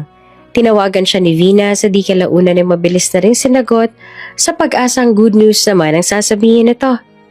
Ma'am, pinagtatawanan na po tayo. Pati yung mga shareholders galit na. Wala na po ba tayong panlaban? Nito sa kabilang linya. Tama na, Vina. It's over. Bulong ni Mayla na wala ng lakas sa mga oras na yon. Umalis tayo. Wala na tayong pambayad sa rent ng office. Babalik na tayo ulit sa simula. Samantala, nasa Mendoza Group of Office naman si Ethan. Nakita niya ang news at ang article na nagpahiya kay Mayla kaya naman hindi niya naiwasang makaramdam ng galit at pagkagulat. Damn it! Ano nangyari? Hindi ko inutos sa gawin yan. Sigaw ni Ethan na galit sa PR team niya. Sir, Independent po ang attack na yan. Ang article po galing sa isang tabloid na malapit kay Ma'am Vivian. Paliwanag ng PR head. Biglang naalala ni Ethan ang banta ni Mayla. Huwag na huwag mong gagamitin ang girlfriend mo. At ngayon, ginawa na nga ni Vivian. Vivian, pumunta ka rito ngayon din. Sigaw ni Ethan na nag-aapoy sa galit. Pagdating ni Vivian sa office, excited siya na batiin si Ethan na assuming na matutuwa ito sa ginawa niya. Babe, I did it! Wala na si Mayla. Nalugi na siya. Finally, magiging okay na tayo. Masayang sabi ni Vivian bago niyakap si Ethan na wala namang ibang ginawa kung hindi ang itulak siya. Ano ginawa mo, Vivian? Hindi naman ako pumayag na ipahiya mo si Mayla. Ginamit mo ang media. Alam mo bang hirap na dinanas niya para magtrabaho sa bar? Wala kang karapatan na husgahan siya. Sigaw nito sa kanya na ikinagulat naman ni Vivian. Ethan, bakit mo siya pinagtatanggol? Siya ang dahilan kung bakit nalugi ang business mo. Hindi ko kailangan ng kalaban na sinira na girlfriend ko. Ang gusto ko, fair fight. Ikaw? Wala kang alam sa business. Ang alam mo lang, manira ng tao. I'm done with you, Vivian. Umalis ka na. Utos ni Ethan. Walang iba nagawa si Ethan kung hindi ang mapanganga, umiyak at umalis ng tuluyan. Pero hindi na panatag si Ethan. Ang totoo, labis siyang nasaktan sa nangyari kay Mayla. Ang galit niya kay Mayla ay tuluyan nang naglaho. Napalitan nito ng guilt at sakit para sa babaeng minahal niya. Nang sandaling makapag-isip-isip ay agad niyang tinawagan si Mang Berting. Berting, may mission ka. Secret mission na to. Kailangan mong tulungan si Mayla. Gusto ko walang makakaalam sa gagawin mo. Hindi mo siya kukontakin. Gusto ko ang Santiago Group bumangon ulit. Ibalik mo ang investors niya. Ayusin mo lahat ng legal problem. Gamitin mo ang sarili kong personal fund. Utos niya kay Mang Berting na ikinagulat naman ito. Sir, bakit po? Hindi po ba galit kayo sa kanya? Galit? Oo. Pero hindi ko kayang tingnan na sinisira siya ng ex-girlfriend ko. Gusto kong bumalik siya. Pero sa sarili niyang effort. Hindi dahil naaawa ko. Kaya please, Berting, gawin mo na. Ibalik mo lahat sa kanya. Sa loob ng ilang linggo, si Maylay halos wala ng gana sa buhay. Umuwi siya sa apartment ng kanyang pamilya sa Mandaluyong. Maliit, siksikan, pero puno ng comfort. Ang dating CEO ay nagpapanggap na lang na business consultant para hindi mag-alala ang mga magulang niya. Ang guilt at kahihiyan sa pagkalugi ang labis na bumabagabag sa kanya. Anak, sigurado ka bang okay ka lang? Bakit parang lagi kang tulala? Alam mo, hindi mo kailangang maging CEO para lang sumaya ka. May negosyo pa tayo rito, oh. Sabi ng kanyang ina na nag-aalala. Ma, okay lang ako. May problema lang sa investors pero inaayos ko na. Pilit ni Mayla na hindi sinasabi ang buong katotohanan. Ang Santiago Group ay technically nasa hibernation. Naghahanap si Mayla ng small business na pwede niyang umpisahan ulit. Pero ang reputation niya ay labis nang nasira. Sa kabilang banda naman, si Ethan ay busy sa pagpapatakbo ng kanyang secret operation kasama si Mang Berting. Gumagamit sila ng mga dummy corporation para unti-unting magbigay ng kapital sa Santiago Group. Berting, kamusta na yung investors na ni-inject natin sa Santiago Group? Siguraduhin mo ang hindi masyadong malaki ang share natin. Baka matrace niya tayo. Utos ni Ethan sa phone. Sir, secured po. Minority share lang.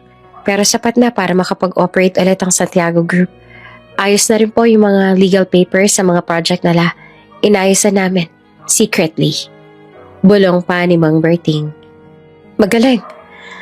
At yung mga supplier na iniwan siya, ibalik mo.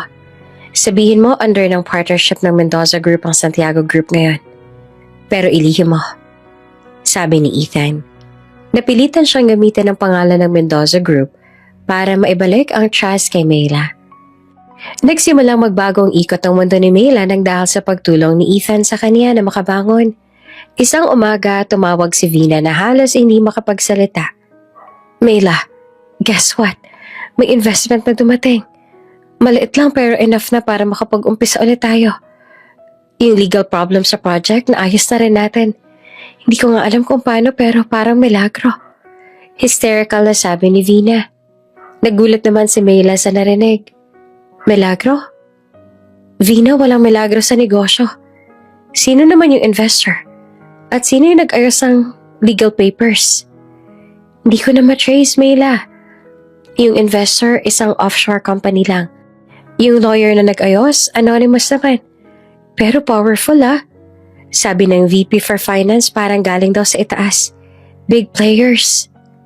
Nagsimulang magduda si Mayla. Wala siyang kaibigan na ganun ka-powerful para gawin yon. Ang tanging taong may galit at resources na makakatulong sa kanya ay si Ethan. Pero bakit? Hindi. Imposible. Bakit ako tutulungan ni Ethan? Gusto niya ako makitang bumagsak, diba? Kaya imposible. Bulong ni Mayla sa isip. Pero sa kabila ng pagdududa niya, hindi niya nailaksay ang oportunidad na ibinigay sa kanya. Ginamit niya ang bagong kapital para i-launch ang minor project niya. Ang Santiago Group ay muling bumangon. Unti-unti lang, pero steady at hindi na tulad ng dati na bagsak talaga. Si Ethan sa kabilang banda ay tahimik lang na pinagmamasan si Mayla mula sa malayo. Sa tuwing nakikita niya ang news na bumalik na si Mayla sa industriya, gumagaan ang pakiramdam niya. Sir, success po ang plan natin. Ang Santiago Group nakakabawi na. Pero tignan niyo, mas lalo siyang nagpapaganda sa negosyo natin. Parang may pinaghuhugutan ulit. Sabi ni Mang Berting habang nag-aabot ang report. Alam ko, Berting, si Mayla yan. Hindi yan madaling sumuko. Proud na sabi ni Ethan pero malungkot ang kanyang mga mata. Ang financial pressure ay nilipat na ni Ethan sa Mendoza Group. Ang stress sa business at ang guilt kay Mayla ay unti-unting nagpapababa sa kalusugan ni Ethan. Madalas siyang sumasakit ang ulo at nararamdaman ang pagod. Isang gabi, nasa office si Ethan at nagtatrabaho na mag-isa. Bigla siyang hinimatay. Pagkagising niya, nasa private room na siya sa ospital. Si Mang Berting at ang kanyang personal doctor nandoon at bumungad ng sandaling magmulat siya ng mata. Sir, salamat sa Diyos at gising na kayo. Sabi ni Mang Berting na nag-aalala. Anong nangyari? Bakit ako nandito? Tanong ni Ethan sa mahinang boses. Sir, fatigue po at stress. Ang dami niyo na pong trabaho. Pero sir, may mas malala pa. Nag-positive kayo sa tests. Sabi ng doktor na mas seryoso ang mukha. Anong ibig mo sabihin, Doc? May sakit ho ako? Tanong ni Ethan. Hindi naman direktang sumagot ang doktor. Ngunit bumuntong hininga lang ito. Sir Ethan, kailangan po nating maghihanda sa worst. May malubha po kayong karamdaman. Very aggressive po ang sakit ninyo. At konti na lang po ang time ninyo. Nito, nanlamig si Ethan. Kaya niyang bilhin ang lahat pero hindi niya rin maitatanggi na sa kabila ng lahat ng perang meron siya. Hindi niya man lang kayang bilhin ang oras niya. Nalungkot si Ethan. Hindi dahil mamamatay siya, kundi dahil hindi niya na kaya makita si Mayla na bumalik sa kanya. Mang Berting, walang dapat na makakaalam nito. Walang media, walang family, lalo na si Mayla. Pero siguraduhin mo lang na itutuloy mo yung tulong natin sa Santiago Group. Utos si Ethan. Sir, kailangan niyo siyang kausapin. Sabihin niyo yung totoo, na mahal niyo siya. Sabi ni Mang Berting na naging emotional na ng mga oras na yon. Hindi, Berting. Kung aaminin ko, aalis siya ulit. Gusto ko mabuhay siya na masaya. Gusto ko makita siyang matagumpay ulit. Yun lang ang huling-huling ko. Bulong ni Ethan. Alam ni Ethan na nagsisimula na ang huling yugto ng kanyang buhay at dedikado iyon sa sekretong pagmamahal niya kay Mayla. Sa loob ng ilang buwan, naging stable na ulit ang Santiago Group. Ang mga investors ay tuluyan nang nagbalik at ang mga project ni Mayla ay umarangkada na ulit. Lahat ay nagtataka kung paano muling nakabangon si Mayla pero walang makapagbigay ng malinaw na sagot. Si Mayla mismo ay nalilito pa rin hanggang ngayon. Pero ginamit niya ang momentum na yon upang mag-focus sa business. Ang business rivalry nila ni Ethan ay naging kalmado na. Bihira na silang magkita sa mga public event at mas seryoso na ang mood ni Ethan sa meetings. Napansin ni Mela na pumayat na rin si Ethan at parang laging pagod. Pero iniisip niya na stress lang ito sa business. Nangyaring huling business showdown nila sa bidding para sa major infrastructure project ng gobyerno. Ang project na ito ay napaka-importante dahil ito ang maglalagay sa winner sa top spot ng industry. Sa bidding hall nakaupo si Mela, confident at composed. Nakita siya ni Ethan na pumasok.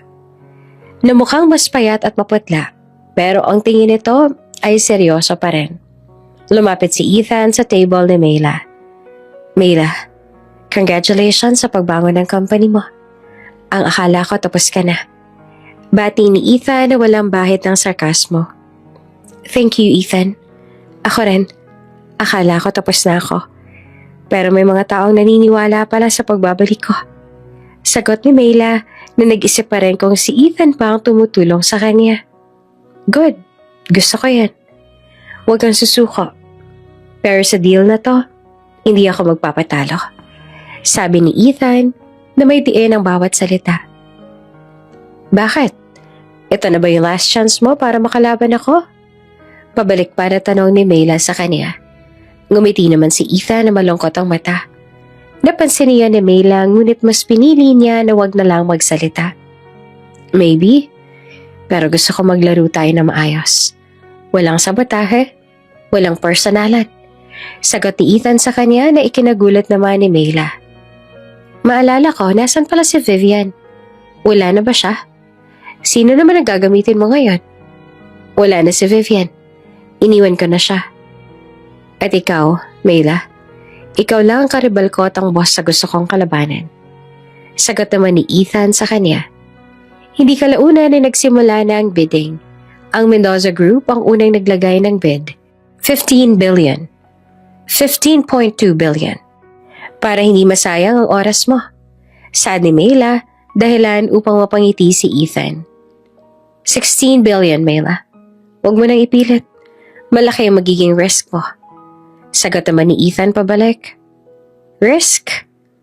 Ang buhay ko matagal nang nasa risk, Ethan. Alam mo yan. 16.5 billion. Sagot naman ni Mela.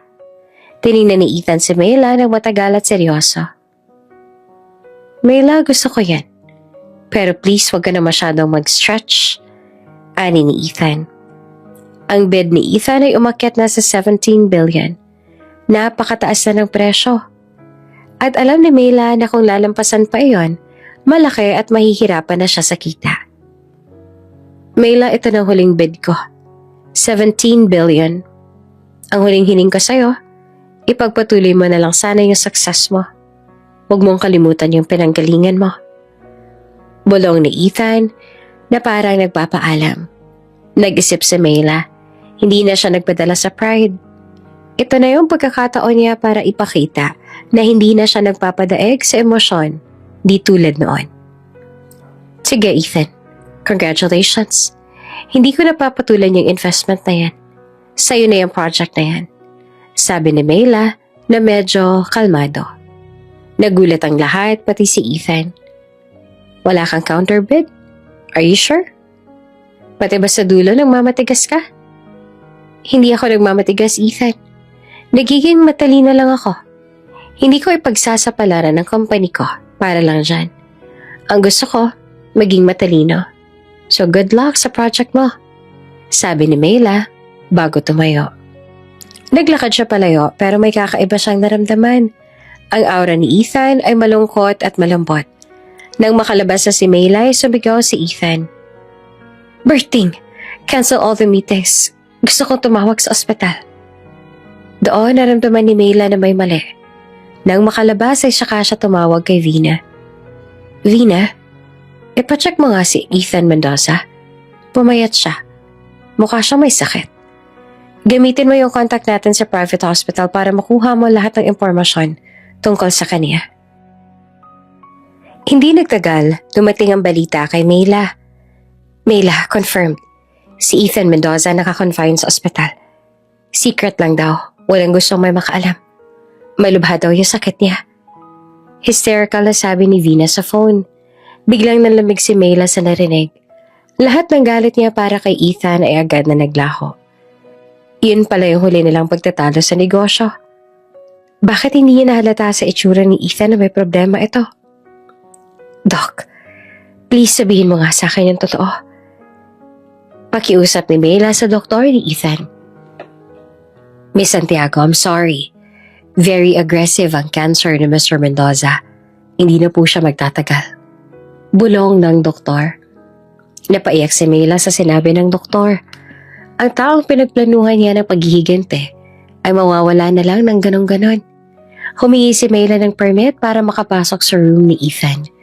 Nakita niya si Ethan na nakahiga sa hospital bed. Mahina, putlang-putla. Nang makita niya ito sa ganoong kondisyon ay agad siyang nakaramdam ng lungkot at panlulumo. Ethan, bulong ni Mayla bago lumapit sa kanya. Nagulat pa si Ethan nang makita si Mayla sa kwarto niya. Mayla, bakit ka andito? Paano mong nalamang andito ako? Hindi rin importante yon, Ethan. Bakit hindi mo sinabi sa akin yung tungkol dito?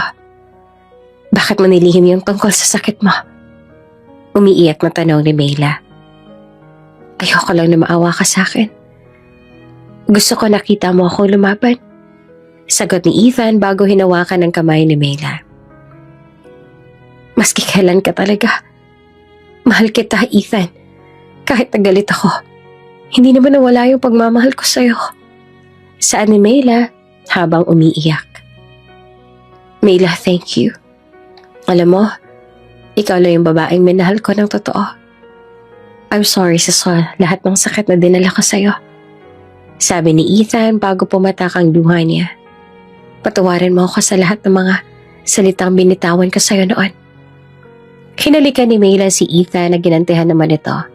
Doon nila pinatunayan sa isa't isa na maski kailan na hindi man lang nawala ang pagmamahal nila sa isa't isa. Naging araw-araw na bisita si Mayla sa private room ni Ethan sa ospital. Wala na siyang pakialam sa business niya. Ang focus niya ngayon ay ang lalaking minahal at kinagalitan niya.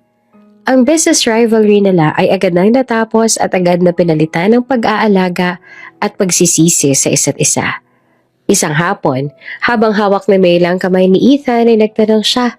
Kalmado pero may kirot. Ethan, may gusto lang sana ako itanong sa'yo. Please, maging honest ka. Sabi ni Mayla. Ano yon, Mayla? Kahit ano. Sasabihin ko sa'yo. Sagot naman ni Ethan sa mahinang boses. Ikaw ba yung tumulong sa akin para muling bumangon yung Santiago Group? Yung anonymous investor? At ang lawyer na nag-ayos ng papers ko? Ikaw bang may gawa noon? Diretsahan na tanong ni Mayla. Hindi naman nakatingin si Ethan sa kanya. Sa halip na sumagot ay pumuntong hininga lang ito. Sino naman nagsabi sa'yo? Tanong ni Ethan. Wala. Pero ikaw lang may resources at kayang mag-imbestiga sa lahat ng galaw ko. Ikaw nga ba, Ethan? Pilit na tinanong ni Mayla kahit na nararamdaman na ang sagot. Oo, Mayla. Ako nga. Hindi ko kayang tingnan na lugmo ka dahil sa business war na ginawa ko. At lalo na dahil sa insulto na ginawa ni Vivian. Hindi ko gustong sarain ka. Gusto ko manalo ka para patas. Tumulo ang luha ni Mayla sa pag-amin ni Ethan. Bakit hindi mo sinabi? Bakit ginawa mo yan ng patago? Kasi alam kong hindi mo tatanggapin yung tulong ko. Ayoko lang na maawa ka. Gusto ko, galing sa sarili mong lakas yung tagumpay na meron ka. Huwag ka mag-alala, Mayla. Wala akong hinihinging kapalit. Paliwanag ni Ethan. Lalo lang umiyak si Mayla. Niyakap niya si Ethan. Mahigpit na mahigpit. Ang tao na nagpalaya sa kanya noon ay siya ring lihim na tumulong sa kanya. Sana sinabi mo. Sana binigyan mo ako ng chance sa mahalin ka ulit na walang galit. Bulong ni Mayla. Meron. Ito yon, Mayla. Wala nang galit. Puro pagmamahal na lang.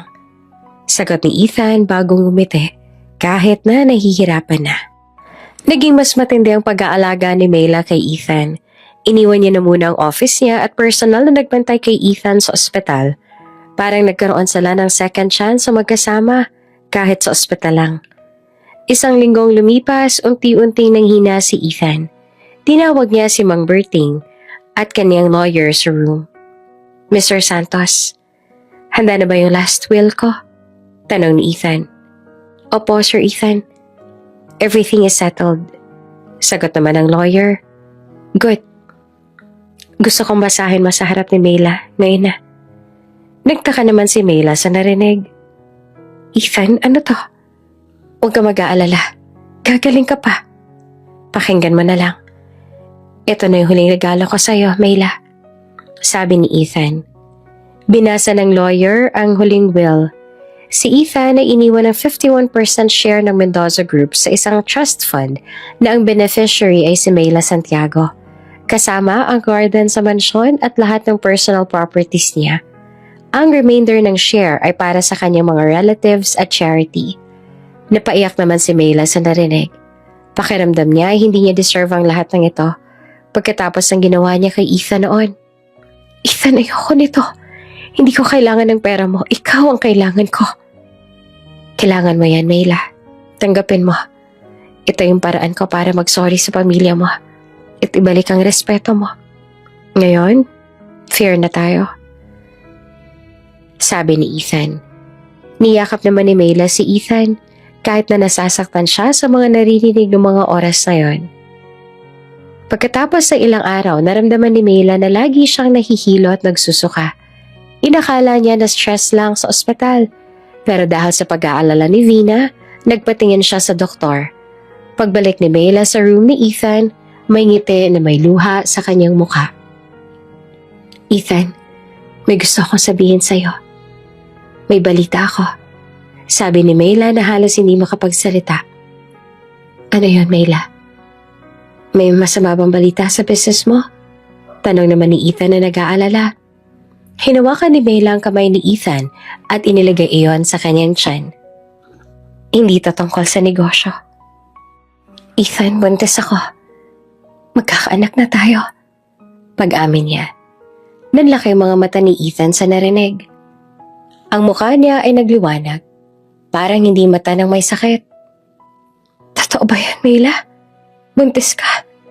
Umiiyak na tanong ni Ethan. Oo, Ethan. Anak natin. Niyakap ni Ethan si Mayla kahit na nanginginig. Salamat sa Diyos. Hindi ako mawawala nang walang iiwan sa'yo. Please, Mayla. Iingatan mo yung anak natin. Huwag mo siyang iiwan. Hindi, Ethan. Pangako, iingatan ko siya. Sabi ni Mayla. Matapos malaman ang tungkol sa pagbubuntis si Mayla, lalong bumilis ang paghina ng katawan ni Ethan. Ang mga araw nila ay bilang na lang.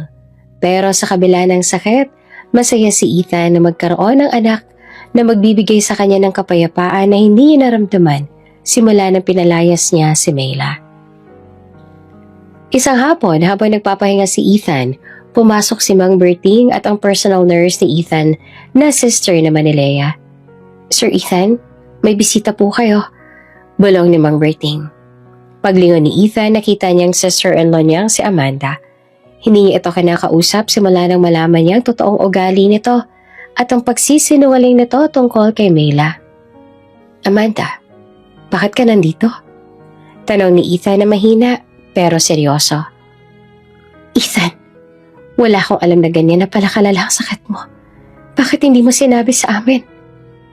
Nag-aalala kunwari si Amanda, pero ang totoo gusto niyang malaman kung paano niyang makokontrol ang Mendoza Group kapag nawala na si Ethan. Huwag ka nga magkunwari, Amanda. Wala kang pakialam sa akin. Kaya ka lang andito dahil sa negosyo meron ako. Sabi ni Ethan na walang takot. Mali ka, Ethan. Pamilya mo pa rin kami. At yung business, sa atin pa rin yan. Sino ba yung Mayla Santiago na yan? Sabi nila araw-araw kanyang binabantayan. Baka pera lang ang habol yan. Sumbat ni Amanda na nagsimula ng magtaas ang boses. Pumasok si Mayla galing sa washroom at hindi na siya nagulat pa nang makita niya ang pagmamay-ari ng boses na kilalang kilala niya. Excuse me? Huwag mong ituloy ang drama mo dito, Amanda. Tapos na yung palabas mo. Sabi ni Mayla na namatigas na ang boses. Ikaw? Nasaan ang hiya mo? Katulong ka lang dito. At ayun, sasabihin mo na may anak kayo? Imposible. Gold digger ka. Sigaw ni Amanda sa kanya. Bigla namang nag-react si Ethan sa narinig. Nagsalita siya ng malakas kahit na nahihirapan. Amanda, tumahimik ka. Umalis ka rito. Huwag mo nang guguluhin ang buhay namin. Nagdahil sa lahat ng kasinungalingan mo, nasira ang buhay ko. Wala kang share sa business ko. Umalis ka na. Dahil sa galit at stress, lalo pang lumala ang kondisyon ni Ethan. Ang monitor niya ay nag-iingay na. Sir, relax lang po. Sister Leia, tawagin mo yung doktor. Nagpapanik na saad ni Mang Berting. Umalis si Amanda. Takot at galit dahil nasira ang plano niyang makuha ang yaman. Hinawakan ni Mayla ang kamay ni Ethan dahil maluha-luha na ito ng mga oras na yon. Ethan, okay lang yan. Kalma ka lang. Nandito ako. Huwag mo kong iiwanan. Umiiyak na sabi ni Mayla. Pagkatapos ng ilang oras, medyo gumaan naman ang pakaramdam ni Ethan. Alam niyang malapit na siyang mawala kaya naman hindi niya rin maiwasang maging emosyonal habang iniisip na maiwanan niya ang kanyang mag-ina. Mayla, pakinggan mo ako. Bulong ni Ethan habang nakatingin sa mata ni Mayla. Andito lang ako, Ethan. Huwag ka magsalita. Baka mapano ka pa. Sabi ni Mayla. Mayla, gusto ko lang sabihin sa'yo na huwag kang magsisisi. Yung sakit na dinanas mo, dapat niyong gamitin yon para lumakas ka lalo. Ikaw mag-aalaga sa anak natin. Huwag mo siyang turuan na maghigante. Turuan mo siyang magmahal. Sabi ni Ethan. Inabot niya ang isang kwentas kay Mayla na tinanggap naman ito. Dati mo yung binigay sa akin. Sabi mo proteksyon yan. Ibabalik ko na sa'yo. Ipangako mo na iingatan mo ang anak natin. Ipangako mo na magiging masaya ka kahit na anong mangyari. Pangako, Ethan. Pangako. Umiiyak na sabi naman ni Mayla. Sa gabing yon, mahimbing na natulog si Ethan habang nakahawak ang kamay niya sa tiyan ni Mayla. Naramdaman naman ni Mayla ang huling hininga ni Ethan dahilan upang maging emosyonal pa siya habang nakapikit.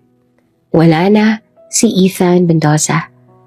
Nagsigawan ng mga nurse at doktor, pero si Mayla tahimik lang na umiiyak. Yakap ang katawan ni Ethan. Mahal na mahal kita, Ethan. Salamat sa anak natin. At pangako, babalik ako sa tuktok para sa anak natin. Bulong ni Mayla bago hinalikan ang noo ni Ethan. Naging headline sa buong bansa ang biglaang pagkamatay ni Ethan Mendoza. Ang media ay nagtanong kung sino ang magmamana ng malaking Mendoza Group at kung anong mangyayari sa rivalry ni Mayla. Ang business world ay nagulantang sa narinig na balitang si Mayla ang magmamana sa lahat. Sa burol ni Ethan, hindi inalis ni Mayla ang tingin niya sa kabaong. Walang garet, puro pagmamahal at sakit na lang ang naiwan. Si Amanda, ang sister-in-law ni Ethan, ay nagpakita ng matinding pagdadalamhati. Pero peke lang ang lahat ng yon. Ang focus niya ay ang mana lang at mananatiling mana lang. Mayla Santiago, anong ginagawa mo rito? Hindi ka kapamilya ni Ethan. Layuan mo ang kabaong niya. Sigaw ni Amanda na naghi-hysterical. Humarap si Mayla kay Amanda ng kalmado pero matalim ang mga mata. Hawak niya ang kwentas sa bigay ni Ethan. Wala akong balak na lumayo. Pamilya niya ako. At ikaw, Amanda? Tapos ang panahon mo. Sagot ni Mayla. Pamilya? Sino ka naman para magsabi niyan? Katulong ka lang naman dito. Pera lang ang habol mo. Dito na nagsalita si Mang Berting at ang lawyer ni Ethan is si Mr. Santos. Excuse me, Ma'am Amanda. Mr. Mendoza left explicit instructions. Sabi ni Mr. Santos habang hawak ang mga legal documents. Instructions. Ang mana sa amin mapupunta yan. Kami ang pamilya niya. Sigaw ni Amanda. Mr. Mendoza's last will and testament states that 51% of Mendoza Group and all his personal assets, including this mansion and the surrounding properties, are bequeathed to Miss Mayla Santiago. Diretsahang sabi ni Mr. Santos. Nanlaki ang mga mata ni Amanda sa gulat. Ang media na nandoon ay nag-ingay at kinukanan pa ng video si Mayla. Hindi totoo yan. Peke yan. Dinaya yan si Ethan. Sigaw ni Amanda bago tumakbo papunta kay Mayla. Pero bago pa man siya makalapit ay mabilis na hinarang ni Mang Berting si Amanda. Madam, may gusto po siyang sabihin. Bulong ni Mang Berting kay Mayla. Lumapit si Mayla sa microphone at humarap sa media. Ang kanyang boses ay kalmado, pero may kirot sa dibdib. Tama si Miss Amanda. Ako ang dati niyang katulong. Ang taong pinalaya sa net-insulto niya. Bumalik ako para magiganti sa kanya. At ginawa ko yan. Panimula ni Mayla. Ang media naman ay nabigla dahil sa mga salitang binitawan niya. Sa halip na tumigil ay mali nagsalita si Mayla. Pero ang pagiganti na yon, nagdala ulit sa amin sa relasyon na meron kami ngayon. Noon siniraan ako ng sister-in-law niya dahil sa inggit. Naniwala siya. Nagkamali siya. At ang pagkakamali na yon ay nagpayaman sa akin. Ako ang lumaban sa kanya sa business. Hinawakan ni Mayla ang kanyang tiyan. Ngayon, gusto kong ipagsigawan sa lahat ng nandito. Ang mana na ibinigay sa akin ni Ethan ay hindi lang basta pera. Ito yung pagmamahal at pagsisisi niya sa lahat ng ginawa niya. Buntis ako at may anak kami ni Ethan. Ang buong burol ay nanahimik. Si Amanda ay naglupasay na ngayon sa galit sa mga narinig. Maging ang media ay nagulat sa balitang narinig nila. Ang anak na to ay bunga ng pagmamahala namin. At ang tunay na tagapagmana ng Mendoza Group. Sabi pa ni Mayla. Miss Santiago, may isa pa pong legal document na iniwan si Mr. Mendoza sa akin. Secret lang po dapat. Saan ni Mr. Santos? Dinala ni Mr. Santos si Mayla sa isang private room kung saan silang dalawa lang ang naroroon. Miss Santiago, ito po yung document na nagpapatunay na si Mr. Mendoza, yung lihim na tumulong sa inyo nung nalugi kayo. Nilista niya lahat ng financial transactions na ginawa niya para sa Santiago Group. Pumirma po siya na wala siyang hinihinging kapalit. Hindi na napigilan ni Mayla mapaluha. Bakit niya ginawa to? Umiiyak na tanong ni Mayla. Ang sabi niya, hindi ako makaka-move on kung bagsak siya dahil sa kagagawan ko. Gusto ko makita siyang manalo sa sarili niyang lakas. At ito yung paraan ko para mahalin siya. Kahit wala na ako. Sagot ni Mr. Santos. Ang buong yaman ni Ethan ay naiwan kay Mayla. At ang Santiago Group at Mendoza Group ay magiging mag-isa na. Ang mga sumunod na linggo ay punong-puno ng legal battles. Si Amanda na naniniwalang dinaya siya sa mana ay nag-file ng kasong estafa at forgery laban kay Mayla. Ang social media at news ay nag-focus sa trial na ito na mas sikat pa kesa sa mga celebrity gossip. Ngunit si Mayla, kalmado lang at matatag. Handang harapin ang laban. Hindi na siya ang dating katulong na natatakot sa kapangyarihan ng Mendoza family. Vina, gusto ko malaman ni Amanda na hindi na ako yung dating Mayla na kilala niya. Dapat makita niya na protektado ng batas yung karapatan ko at ang anak namin ni Ethan. Utos si Mayla. Ang kaniyang tiyan ay unti-unti nang lumalaki. Isang simbolo ng pagmamahala nila ni Ethan. Your Honor, dapat hindi manalo yung babaeng yan. Siyang dahilan kung bakit namatay si Ethan. Gold digger yan. Pinilit niya si Ethan na permahan yung will. Nag-hysterical na sa adi Amanda. Tumayo naman si Mr. Santos, ang lawyer ni Ethan, na ngayon ay lawyer na rin ni Mayla. Your Honor, ang last will and testament ni Mr. Mendoza ay pinirmahan niya on his own free will at validated ng doctor at ng witnesses. Ngunit ang pinakamalaking ebidensya ay ang pagbubunyag sa nakaraan ni Amanda. Mr. Santos, ipatawag mo si Mang Berting, sabi ni Mayla. Pumasok si Mang Berting sa courtroom. Seryoso ang mukha.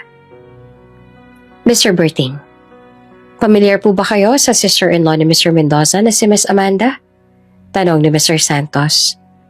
Opo, matagal na po ako nagtatrabaho sa pamilya nila. Sagot ni Mang Berting. Alam niyo po ba ang totoong dahilan kung bakit umalis si Miss Santiago sa mansyon 7 taon na ang nakakaraan? Opo, Your Honor. Narinig ko po ang pag-uusap ni Miss Amanda at ang personal assistant niya. Inutusan po ni Miss Amanda si personal assistant niya na gumawa ng peking ebidensya para sirain ang reputasyon ni Miss Santiago kay Mr. Mendoza. Sinabi po niya na may ibang boyfriend si Miss Santiago at gold digger. Diretsahang sabi ni Mang Berting. Bigla namang nag-ingay ang courtroom. Nanlaki ang mga mata ni Amanda sa gulat. Lies! Kasalanan niya ni Mayla. Sigaw ni Amanda. Your Honor, may isa po kaming ebidensya na nagpapatunay na sinira nga ni Miss Amanda ang business ni Mr. Mendoza. Sad naman ni Mayla. Ipinakita ni Mayla ang bank documents na iniwan ni Ethan. Ang mga transaksyon na nagpapatunay na lihim na tinulungan ni Ethan si Mayla para muling bumangon ang Santiago Group. Mr. Mendoza was so sorry for the pain Miss Amanda caused, and he secretly funded the very rival she tried to destroy. Ito po ang katibayan ng pagmamahal at pagsisisi ni Mr. Mendoza. Paliwanag ni Mr. Santos. Tuluyan na nga nag-collapse si Amanda. Nabigo sa korte. Ang judge ay nagdesisyon pabor kay Mayla. Ang will ni Ethan ay valid at si Mayla ang opisyal na tagapagmana ng Mendoza Group. Paglabas si Mayla sa courtroom, sinalubong siya ng media. Miss Santiago, ano ang gagawin ninyo sa Mendoza Group? Tanong ng reporter. Tumingin naman si Mayla sa camera. Ang Mendoza Group at ang Santiago Group ay magme-merge. Hindi na business war ang gagawin ko. Ang pangalan ng bagong kumpanya ay Mendoza Santiago Legacy. Ito ang simbolo ng pagmamahala namin ni Ethan. Ang legacy ay hindi lang para sa pera. Ito ay para sa anak namin. Mrs. Santiago, sorry po. Mrs. Santiago na po kayo. Ano po bang mahalaga sa inyo ngayon? Ang mahalaga sa akin ngayon ay ang kaligayahan, ang pagmamahal at pagsisisi ni Ethan at ang anak namin. Ang negosyo ay negosyo lang. Ang pamilyang importante para sa akin. Sabi ni Mayla bago hinawakan ang tiyan niya. Sa wakas, naging tahimik ang mundo ni Mayla. Ang legal battle ay tapos na at ang Mendoza Santiago Legacy ay opisyal nang itinatag. Si Mayla ay CEO na ng pinagsamang business, pero ang puso niya ay nakatuon lang sa pagbubuntis at sa alaala ni Ethan. Araw-araw matapos ang fan niyang meetings, dumidiretso si Mayla sa mansyon ng Mendoza, specifically sa secret garden nila ni Ethan. Dito nagsimula ang love story nila. At dito rin nag-iisa si Mayla para magkwento sa kanyang namayapang mahal. Isang hapon, umupo si Mayla sa bench kung saan sila unang umamin ng pag-ibig nila sa isa't isa. Ang kanyang tiyan ay malaki na at malapit na rin siyang manganak. Ethan, busy na naman ako ngayon, pero promise, ginagawa ko to para sa anak natin. Malapit na siyang lumabas at excited na rin ako. Bulong ni Mayla habang inahaplos ang tiyan niya. Alam mo, sinabi ko kay Mang Bertie, papaayos ko ang garden na to. Dito ko gusto maglaro yung anak natin. Dito natin siya tuturuan ng buhay. Patuloy ni Mayla habang humihikbi.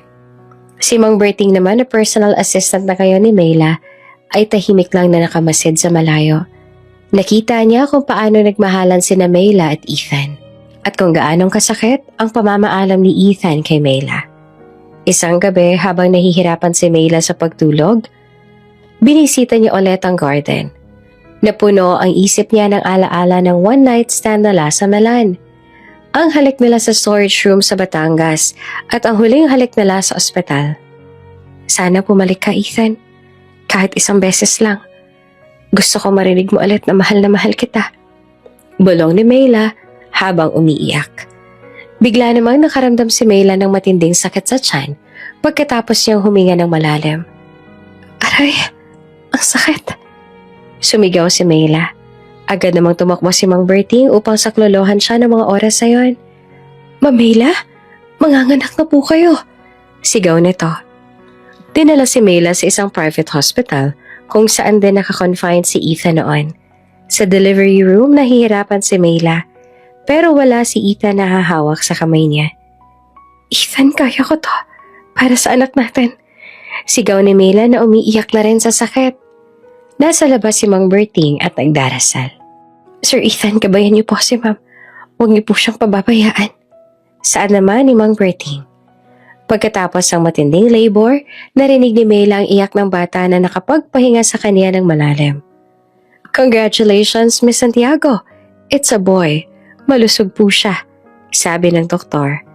Pagtingin ni Mela sa anak niya, nalaman niyang kamukhang-kamukha ito ni Ethan. Ang sakit ay napalitan ng matinding pagmamahal sa anak nilang dalawa ni Ethan. Anak ko, anak natin Ethan, kamukha mo. Umiiyak na sabi ni Mela habang yakap ang sanggol. Ang anak nila ay pinangalanan ni Mela na Ethan Jr. or EJ. Ang pagsilang ni EJ ay naging simbolo ng pagpapatuloy ng pagmamahalan ni Mela at Ethan. Wala nang labanan sa negosyo. Ang galit ay agad na napapalitan ng responsibilidad at pagmamahal. Ang buhay ni Mela ay nagpatuloy, puno ng mana at legacy na iniwan ni Ethan sa kanya. Pagkatapos ng ilang araw, umuwi si Mela sa mansyon. Ang unang pinuntahan niya ay ang garden, dala si EJ. Anak, ito yung garden ni Daddy at Mommy. Dito nagsimula at natapos yung kwento naming dala ng Daddy mo. Dito naman natin sisimulan ang bagong yugto ng buhay natin. Bulong ni Mela kay EJ. Hinalikan ni Mela ang noo ni EJ. Nakatingin sa skyline ng lungsod at pinamalaan na ngayon ang kanilang pamilya. Wala na si Ethan, pero nananatili ang mga alaala nito sa kanya. 5 taon nang lumipas, ang Mendoza-Santiago legacy ay naging isa sa pinakamatatag at iginagalang na conglomerate sa Asia. Si Mela na tinawag na ngayong The Iron Lady ng Philippine business ay hindi lang nagpatuloy sa legacy ni Ethan, kundi pinalawak pa ito. Ang galit at vendetta ay tuluyan ng napalitan ng seryosong dedikasyon sa negosyo. At higit sa lahat, sa anak nila na si Ethan Jr. or EJ. Si EJ ay isang happy, smart at active na bata sa school. Animong ang mukha niya ay carbon copy ni Ethan. Ang mga mata, ang ngiti, maging ang pagulong ng buhok nito sa gilid ng noo. Ang bawat tingin ni Mela kay EJ ay parang nakikita niya ulit si Ethan. Ito ang comfort niya. Ito ang purpose niya sa buhay. Ang buhay ni Mela ay umikot sa pagiging CEO at pagiging ina. Ang bawat meeting ay animang may limit na sa oras. Dahil kailangan niya umuwi on time para makipaglaro kay EJ sa secret garden ng mansyon na ngayon ay ginawa niya ng playground at safe haven nila. Mommy, look at me! Nakakaakyat na ako sa slide! Sigaw ni EJ na nakangiti at proud sa ginawa niya. Wow, baby boy, ang galing mo! Sabi ko na nga, be, kaya mo yan. Mana ka sa daddy mo na walang inuurungan. Sabi pa ni Mela na nakangiti habang pinupunasan ng pawis ni EJ. Madalas magkukwento si Mela kay EJ tungkol sa daddy niya, pero hindi to tungkol sa away at business rivalry na noon. Pawang ang pagiging mabuting tao ni Ethan at ang pagmamahal nito sa kanya lang ang ikinakwento nito sa bata. Yung daddy mo, super bait noon, baby. Lagi siya nagbibigay ng flowers kay mommy sa garden na to. Kwento ni Mela. Sana makita ko si daddy, mommy. Malungkot na sabi naman ni EJ. Niyakap ni Mela si EJ. Andito lang naman si daddy mo, anak. Nasa puso natin. Siya nagturo kay mommy na maging strong. Aniya bago niyakap ang anak. Sa opisina, labis na hinangaan si Mela. Ang mga dating executive ni Ethan na akala ni Mela ay kakampi ni Amanda ay nagpakita ng buong suporta mula nang mawala si Ethan. Lalo na si Mang Berting, na naging executive advisor ni Mela pagkaraan ng ilang taon. Ma'am Mela, alam mo tuwang-tuwa si Sir Ethan sa'yo. Ang galing mo daw magpatakbo ng business. Naka-recover tayo agad sa crisis. Sabi ni Mang Berting habang nagre-review sila ng financial reports. Salamat Mang Berting. Kung wala kayo, hindi ko naman magagawa lahat ng ito. Sagot pa ni Mela. 7 taon nang lumipas mula nang pumanaw si Ethan. At 2 taon naman mula nang pumasok sa eskwela si EJ. Si Mela ay ganap nang naging the Iron Lady ng Asian business scene. At ang Mendoza Santiago legacy naman ay hindi lang nag-excel sa real estate at telecom. Pumasok na rin ito sa sustainable technology at philanthropy. Mga bagay na alam ni Mela na ikakatuwa ni Ethan. Ang mansyon na dati simbolo ng kanyang pagpapahiya ay naging simbolo ng kanyang pagtatagumpay at kanyang pamilya. Ang bawat sulok nito ay puno ng alaala. Pero wala ng kerot. Puro pagmamahal na lang. Hindi man tumagal ang pagsasama nilang dalawa, kahit papaano naman ay nagkaroon sila ng anak at naipagpatuloy niya ang lahat ng nasimula nila ni Ethan noon.